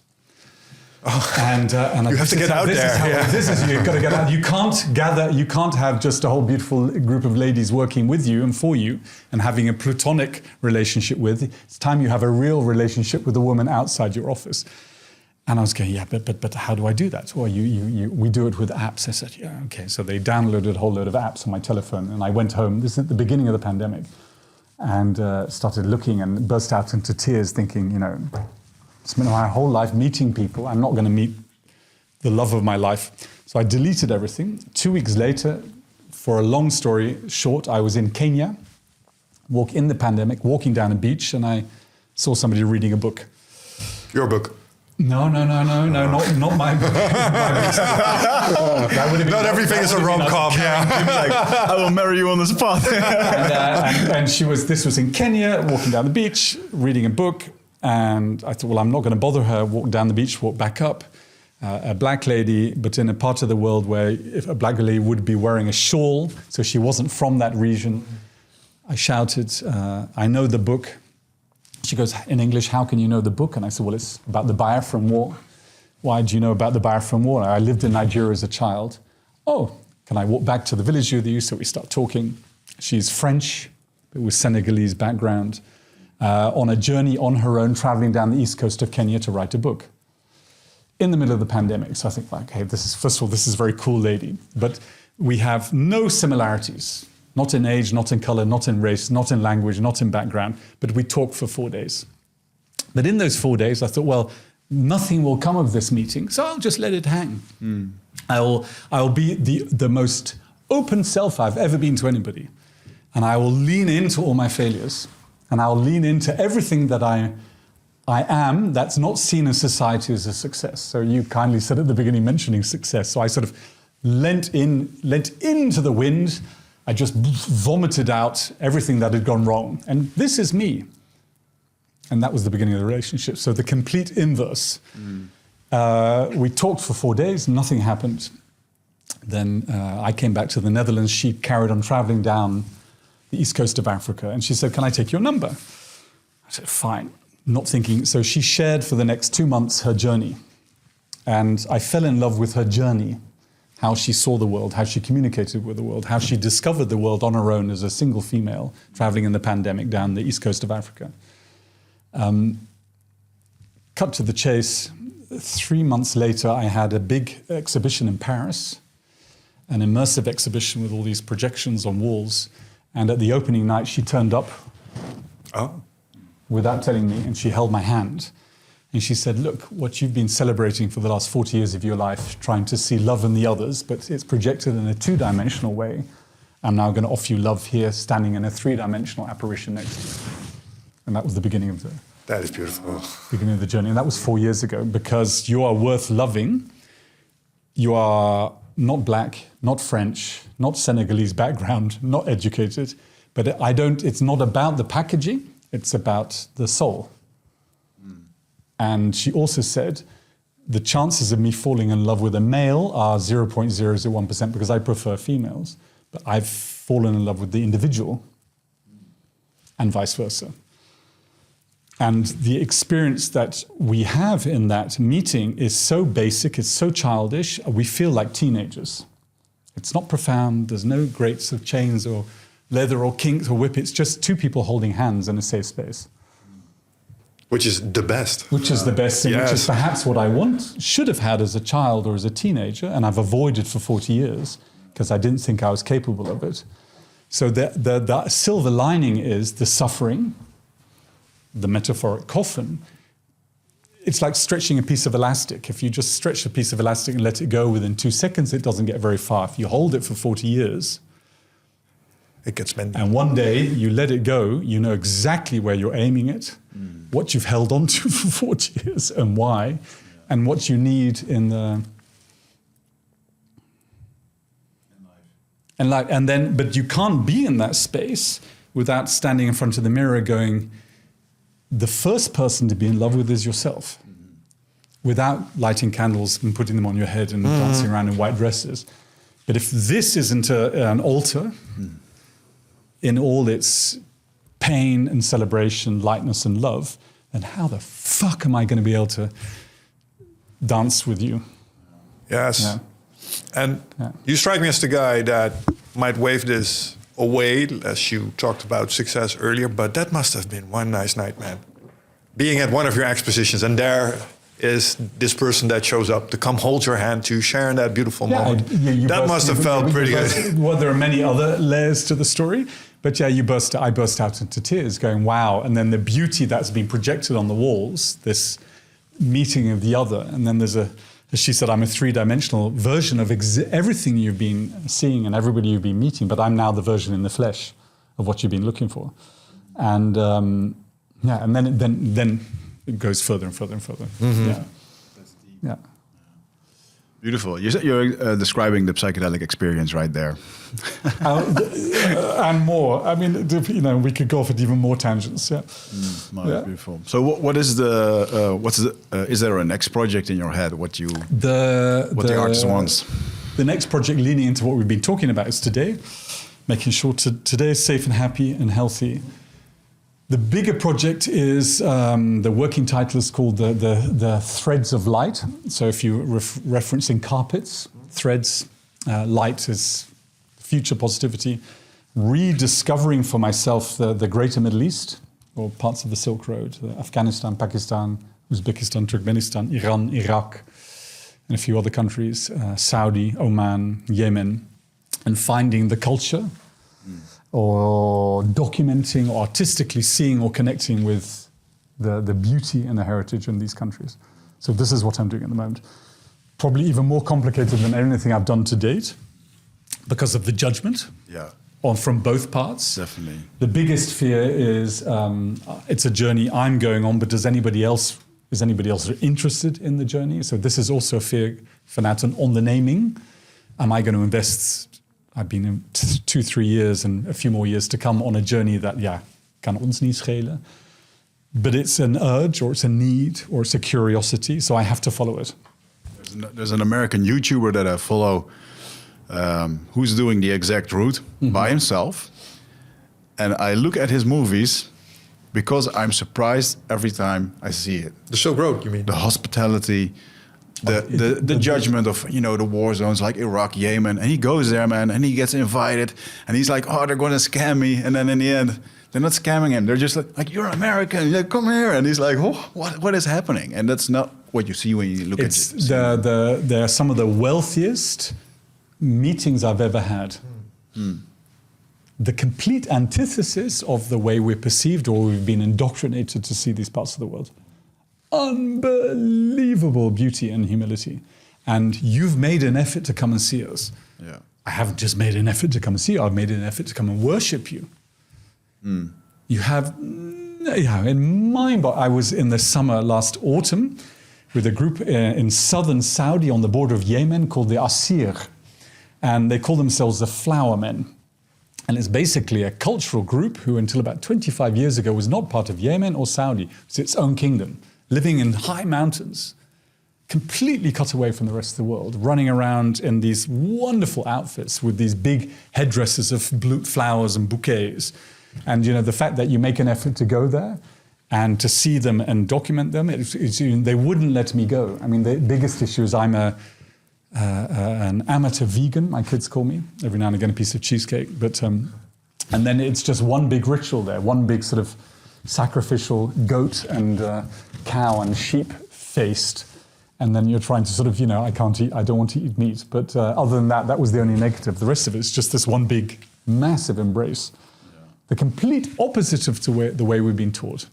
But again, if you were to arrive with an entourage or with authority, but if you arrive on your own, afraid, hot, sweaty, indoctrinated, vulnerable, and then it's okay, we're not going to hurt you. I had never heard of these flower I hadn't heard of them either until recently. I'm always wondering how many of these unearthed gems are there still waiting there. There are many communities out there in all parts of the world. Yeah.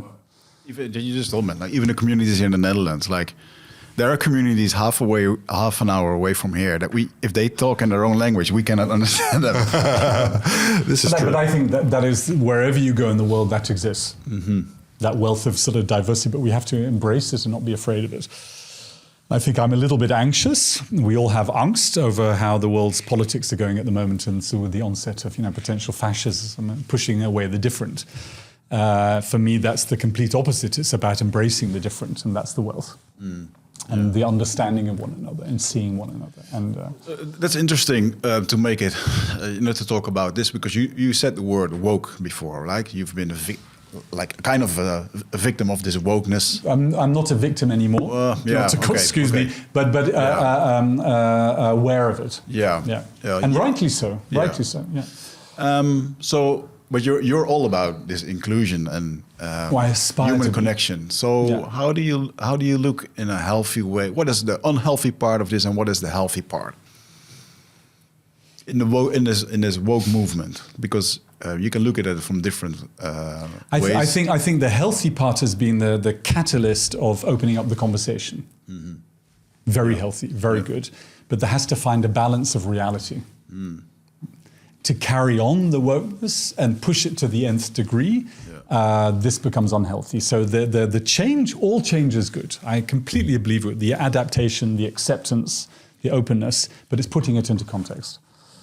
That's the unhealthy of not doing that. Just sort of, so, okay, you're right to challenge me, but then give me space to explain my narrative as to why I see the world this way, as opposed to carrying on and sort of aligning with your sort of bigotry. Yeah. Interesting. So what is the biggest, what is a real truth that you just locked in your heart with all the experiences that you had and that you still use on a daily basis here? There must be many, but I hope there's something pops up. I try. Everybody I meet and everybody I see to embrace and not judge. I try. Because I'm fallible, I fail regularly, but my aspiration is not to judge. So, for example, and again, for me, it's the meetings of people on trains. So the other day, I'm a little bit, not afraid, but anxious or aware of aging, which I am inevitably. And how am I going to deal with that? Am I going to deal with that with respect? With love? Am I going to embrace it, or am I going to run away from it? And the other day, I got on a train again. I love my train journeys. And an old lady sat in opposite me in the hall. It was early Sunday morning. Big suitcase on wheels. Very elegant lady, 85 of so, with a klein blouseje aan. And sitting a bit like sort of Mary Poppins, but on a train with a big case. And she says in a broad Australian accent to me, a nice bike. And I'm going, oh, thank you. Nice suitcase. Thank you. Speaking English. And I said, where are you going? She says, I'm going to visit my family. I said, oh, I can see. Are you taking them lots of presents? And she goes, well, kind of, but it's a big journey for me. And I said, what do you mean? She said, it's been a big journey for the last 85 years. So I think within seconds, immediately you're going, okay, this is a conversation. So you lean into it. What do you mean it's a big journey? She says, I'm visiting my family for the first time in 50 years. 50 years? What happened? What happened? 50 years ago, I got on my Oma fiets with my partner and I cycled to New Zealand. 50 years ago, we were not seen by our families. We were the last children in a groot gezin. And we decided to leave and we ended up in New Zealand. And we lived there for 50 years. My husband has just passed. And I've decided to retrace my roots and decide to see where I came from. And then she told me stories which completely transcended looking at an old lady on a train with a case of, if I think I'm an adventurer, forget it. Ik zit nog in de crash. And I'm trying to get into that space. So try to see everybody for the wealth of their human existence and what they have to share and tell and respect, as opposed to judging. There might be some... Maybe that's the same in return. I'm having grown up as a kid, terrified with... I'm a very sensitive, although I'm a middle-aged man, quite androgynous and person. I got very upset when I was younger that people ran away from me. They were afraid of the way I looked or the way I acted.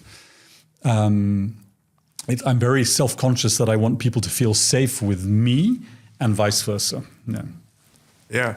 No, I was just going to say that this might be a Jimmy thing, because does this ever happen to you? Within seconds? Like, this is the first time you told me a story where people open up to you in such an incredible speed. It must be sort of a superpower. I don't think I think it's age. I think you get into a certain twilight zone. Maybe I'm getting into that zone at the moment. I came here willingly. I also want to give. I don't want to sit here and I have nothing to sell. I have nothing to promote. If 3 men are going to sit, they may as well talk. I'm not going to impress you. And to share and see if we can take this conversation further. You've been doing this for 10 years. I'm sure you've met almost everybody and heard almost everything. Let's see if we can push the boundary and take it further and leave you and the audience with something a little bit more insight, not persuading you or the audience how to take a picture, because they can take as good a picture as I can now, but how can I share with you what pushed me to carry on taking those pictures and aspire to make the most beautiful picture ever made. I will not succeed, but I'm going to fucking try my hardest.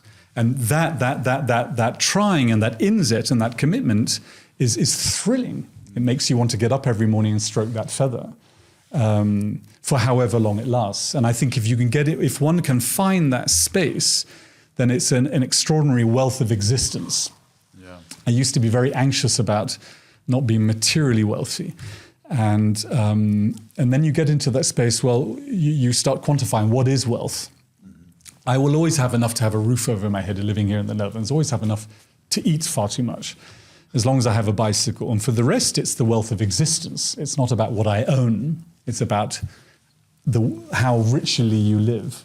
Yeah. And getting into that space, then you keep investing. You keep investing in others. You keep investing on the journey. It's not about owning the pictures. It's about how can I put the pictures back to enable me to have an even richer experience. Yeah. Does that make sense? Yeah, so you get less precious about bezit and about objects, but it's more about your sort of spiritual space. Yeah, I had my own journey in that. You were talking about Buddhism, and I've heard you say a few times, like for as long as it happens, this coming and going, letting go, and I'm a big fan of holding on real tight. And letting go is really hard. And that's definitely one of the life's lessons in the last few years. So I'm 42. So with this conversation, I'm getting more relaxed. Like, it's okay to be 42 and still have these. You mentioned your daughter. Mm-hmm. She's 8. Yeah, 6 years old. She's going 7. Coming 7. Yeah. I think having kids is, and this is what I'm not only grateful to my ex-wife for having brought me here, but giving me 3 of, I refer to them as the better 3 of me. And they are the better aspects of both of our personalities combined. And I have 2 daughters and a son. And the journey I'm on with my son is extremely profound, and it has many highs and lows. The 2 days ago, something happened. We tried to do something creatively together, and it went, and somebody started to criticize and sue him.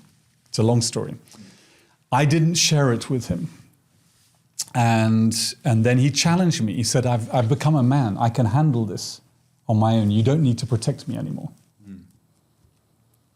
I'm capable of dealing with life's shit on my own, or perhaps with you.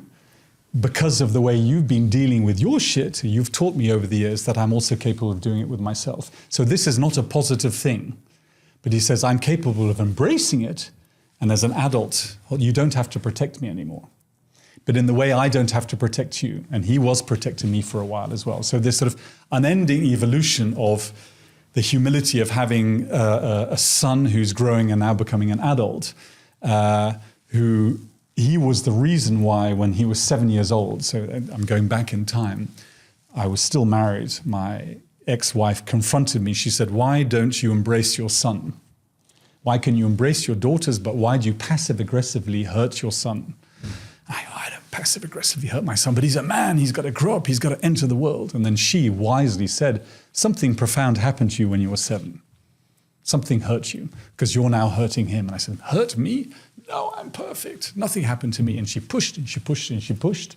My son looked up at me and he said, "Hold me, hold me, hold me." Until one day he held me and he said, "I'm not going to let go." And I broke. And I cried for 2 days. And that's when the past reemerged. I was 7 years old. I was pushing him away because when I was 7, somebody else had touched me. And I was adamant nobody was going to touch him. Does that make sense? So from an early age of 7, we met in a very, very, very profound way. Then we broke, and then there was divorce in the family, and then indoctrination. And then we reconnected. And then 2 years ago, he said, "I'm now ready to go on a journey with you." So we went to northern Pakistan for a month. Then he said, the journey has got to be taken further. Both of us don't like being around males for differing reasons. Wouldn't it be a good idea that if you and I take a group on another journey? So last summer we went with 10 young men trekking across northern Pakistan.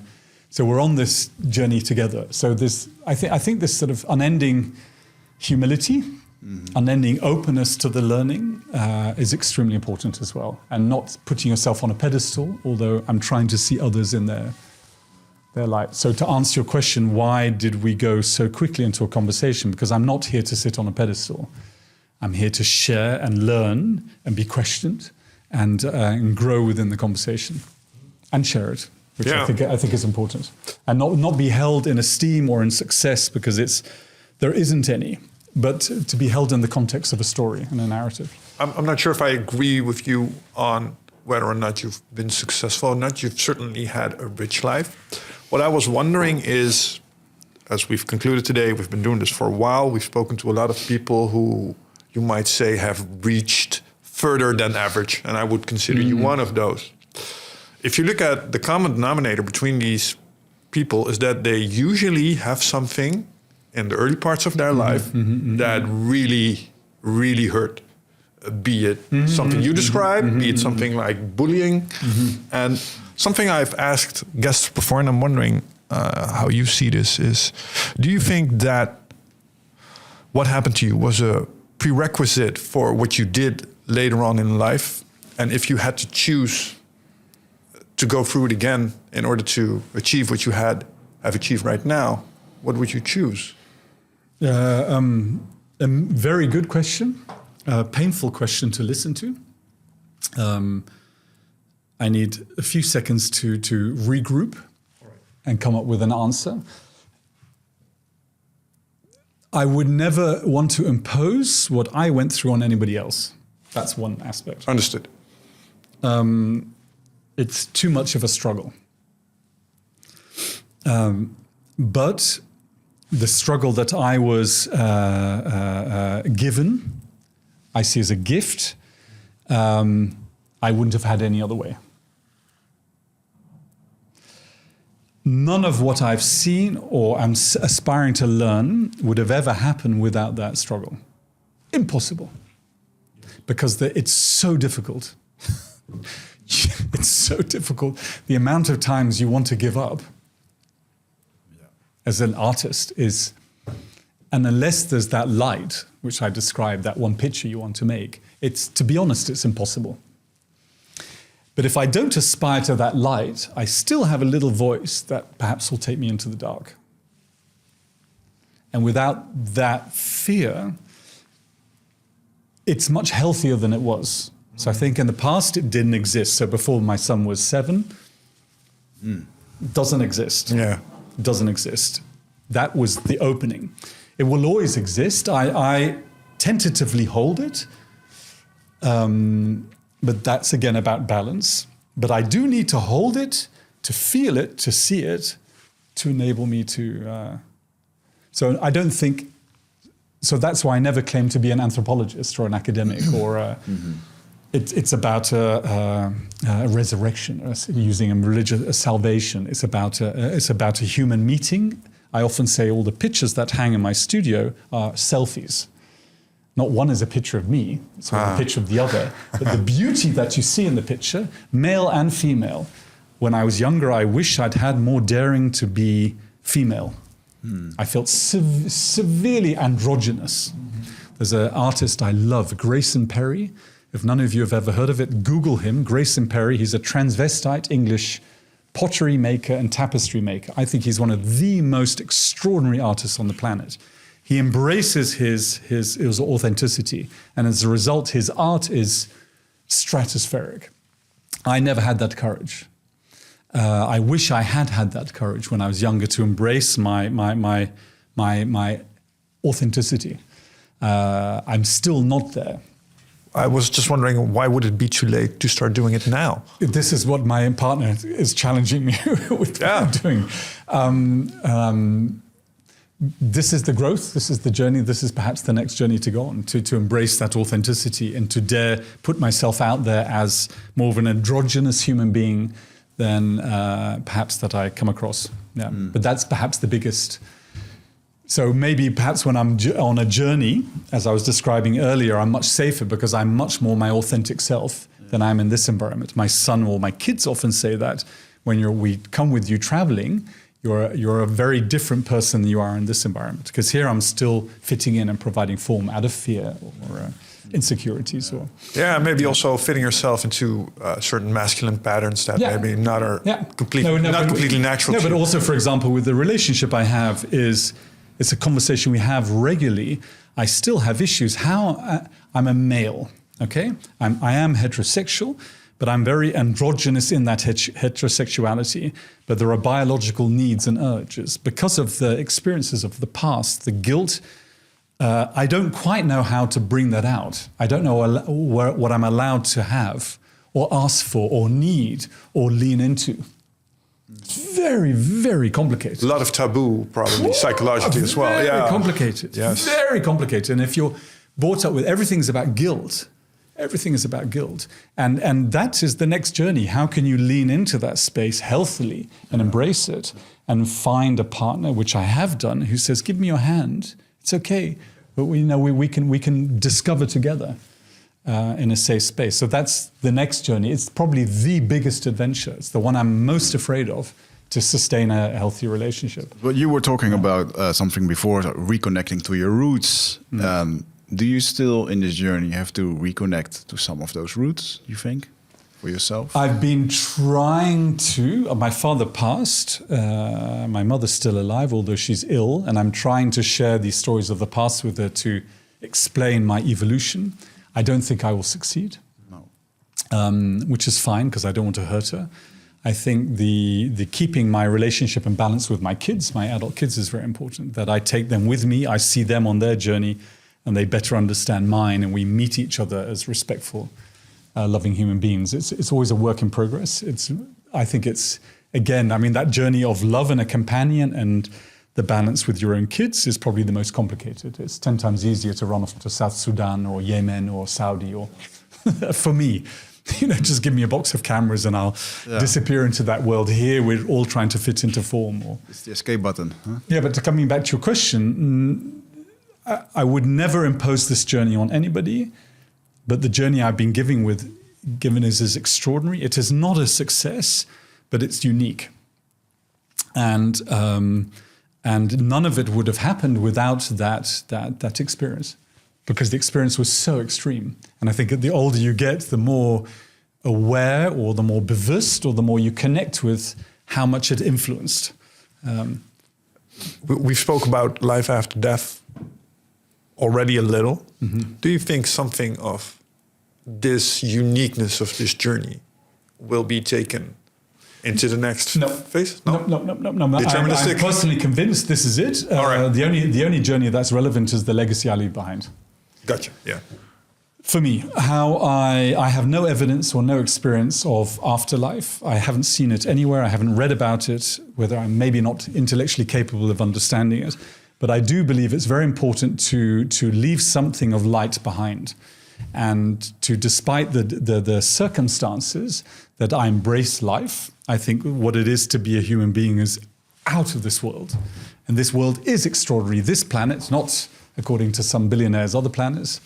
And how can I enable other people to create their own path, their own narrative with that search for light? So if I'm now an artist, how can my art be an inspiration to others to believe in themselves and to believe in the other human being? And the beauty of what that entails and where it brings you to in that place of love. And I think that's ultimately what it's about. So the love I had for myself when I was a kid and the world, disconnected with it, the love that I'm beginning to find in the fixing of the feather, it's all encompassing. It's what life's all about. And it's not about photography, it's not about exhibitions, it's not about books, it's not about success. It's feeling that light of love.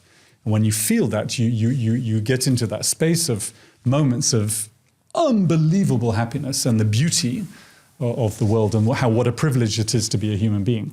But it's very eccentric, it's very personal. It's not worth copying or following, but how can my search for the light be a catalyst for other people to go and look for theirs? And I think that's all you leave behind. Maybe you haven't found it yet, just like true love at 52. You're going to the Middle East, right? Or I'm going backwards and forwards. Because I always found that the Middle East is a very mysterious area of the world. And I think ancient alchemy was born there, and that deals with eternal life. So maybe. Let's see what happens. I've gone on a lot of religious journeys. So I was recently, there was in the news, the Kumbh Mela. That was when every 10 years, I think it's about 1.5 million Hindus follow the Naga sadhus into the Ganges. All right. So these kind of journeys I go on. I go on a lot of spiritual processions, try to be as nuchter as possible in them, follow many rituals, but it's about observing it, being part of it, trying to understand what it is from my perspective. I can remember when I was a kid in Tibet, one of the most profound experiences was witnessing a sky burial. A sky burial is how the Tibetan monks are given back to the universe, and witnessing some monks passing, being chopped up into little pieces, mixed with sampa and fed. They actually butchered them. I didn't know that. I thought they just left the corpse. It's called a sky burial. All right. So witnessing that as a teenager, so I had already metaphorically felt as if I was hacked up. And there I was watching, and then I left Tibet. I came back when I was 19, and then I decided to be a war photographer for about 4 or 5 years. If I'm being honest, I wasn't a war photographer. I was a lost teenager with a camera trying to escape from my pain and indulge in somebody else's. And I did that until I was about 23, and then witnessing death and destruction and putting myself on the edge of death takes away. It's a bit when we often use forms of escapism, narcotics, whatever you want to do it. I did that by putting myself on the edge of somebody else's death because it took away my pain. So I've witnessed a lot of it. So it's not that I'm not afraid of it, but I'm aware of the inevitability of it from a very early age. In many different contexts. Yes. Yeah. So by facing one's fears far early on in unhealthy ways, you're confronted by the bigger fear of all. Yeah. But I may be wrong, and forgive me if I am, and it's not that I'm asking for any proof, but I don't believe there is anything after, but there is a lot here. Yeah. And it's what you leave behind. I fully agree. Yeah, I don't have much to ask, or I have a lot to ask, but I think you're telling so much and inspiring so much. I mean, well, if you talk briefly about legacy, I have a very beautiful exhibition in Maastricht, which is opening. Sorry, there is a little bit to sell right at the end. It's the first time I get to show all the beautiful portraits from between the sea and the sky. It will be hanging for 8 months in the Vrijthof Photography Museum in Maastricht. It's just opened. So if I get knocked over by a bus today, inshallah I don't, but that's my legacy for today. And there is beauty hanging on the walls there of your own culture in a way perhaps you've not seen it before, and something I'm unbelievably proud of. But it's always in balance with, I was asked the other day, are you happy and proud? Yes, but at the same time I'm frustrated because I want more beauty. And that's the fire, the urge to push it a stage further. But you've got to keep that in a healthy way and be grateful for what's there and not sound ungrateful, but at the same time keep pushing yourself. But maybe that's what with your podcast, you know, if you're going to carry on having these conversations, how are we going to push the boundaries if we're just going to invite people here to sell themselves? Then, so, you know, we bought enough in life and consumed enough in life, and you know, how are we going to make the human existence richer? No, this is exactly what this podcast was all about. Extraordinary people. And I wish I could have done this in Dutch, and I apologize to your viewers and your audience. Ik had het wel kunnen doen in Nederlands, maar niet zo goed als ik hoop dat het al gegaan is. They will accept it. It was perfect. Yeah. So I want to thank you so much for being you. You know, telling your stories, doing your work, inspiring me a lot on my journey. And actually, during this conversation, I had a lot of inner work that came up. We'll talk about it later. But yeah, thank you for having me. But I think you're very good at what you do. Obviously, by giving me such a compliment at the beginning, immediately opens me up by telling me that I was on your list, whether it is or it isn't true 10 years ago. And then me answering back, it's good I didn't turn up 10 years ago, immediately puts me at ease, makes me feel seen, acknowledged. And immediately you open up the palette of the story, and then I want to give because you gave at the very beginning. So the feeling is totally mutual. Thank you for having me. I can see the kindness and the empathy and the genuine interest in your faces. And that means the world to me. And I hope in some way we can touch with a few of your audience. Yeah. And, I think we'll meet again in 10 years. Yes. I hope so. Inshallah. Yeah, inshallah. Let's make that happen. Yeah. Mr. Nelson, thank you so much. Thank you so much. Wigert, it was good to roll again together. Again, yeah. yes. All right, listeners. Perfect celebration. We'll catch you in the next one. And thank you for listening for now. Thank Ciao. You. Bye. Ciao.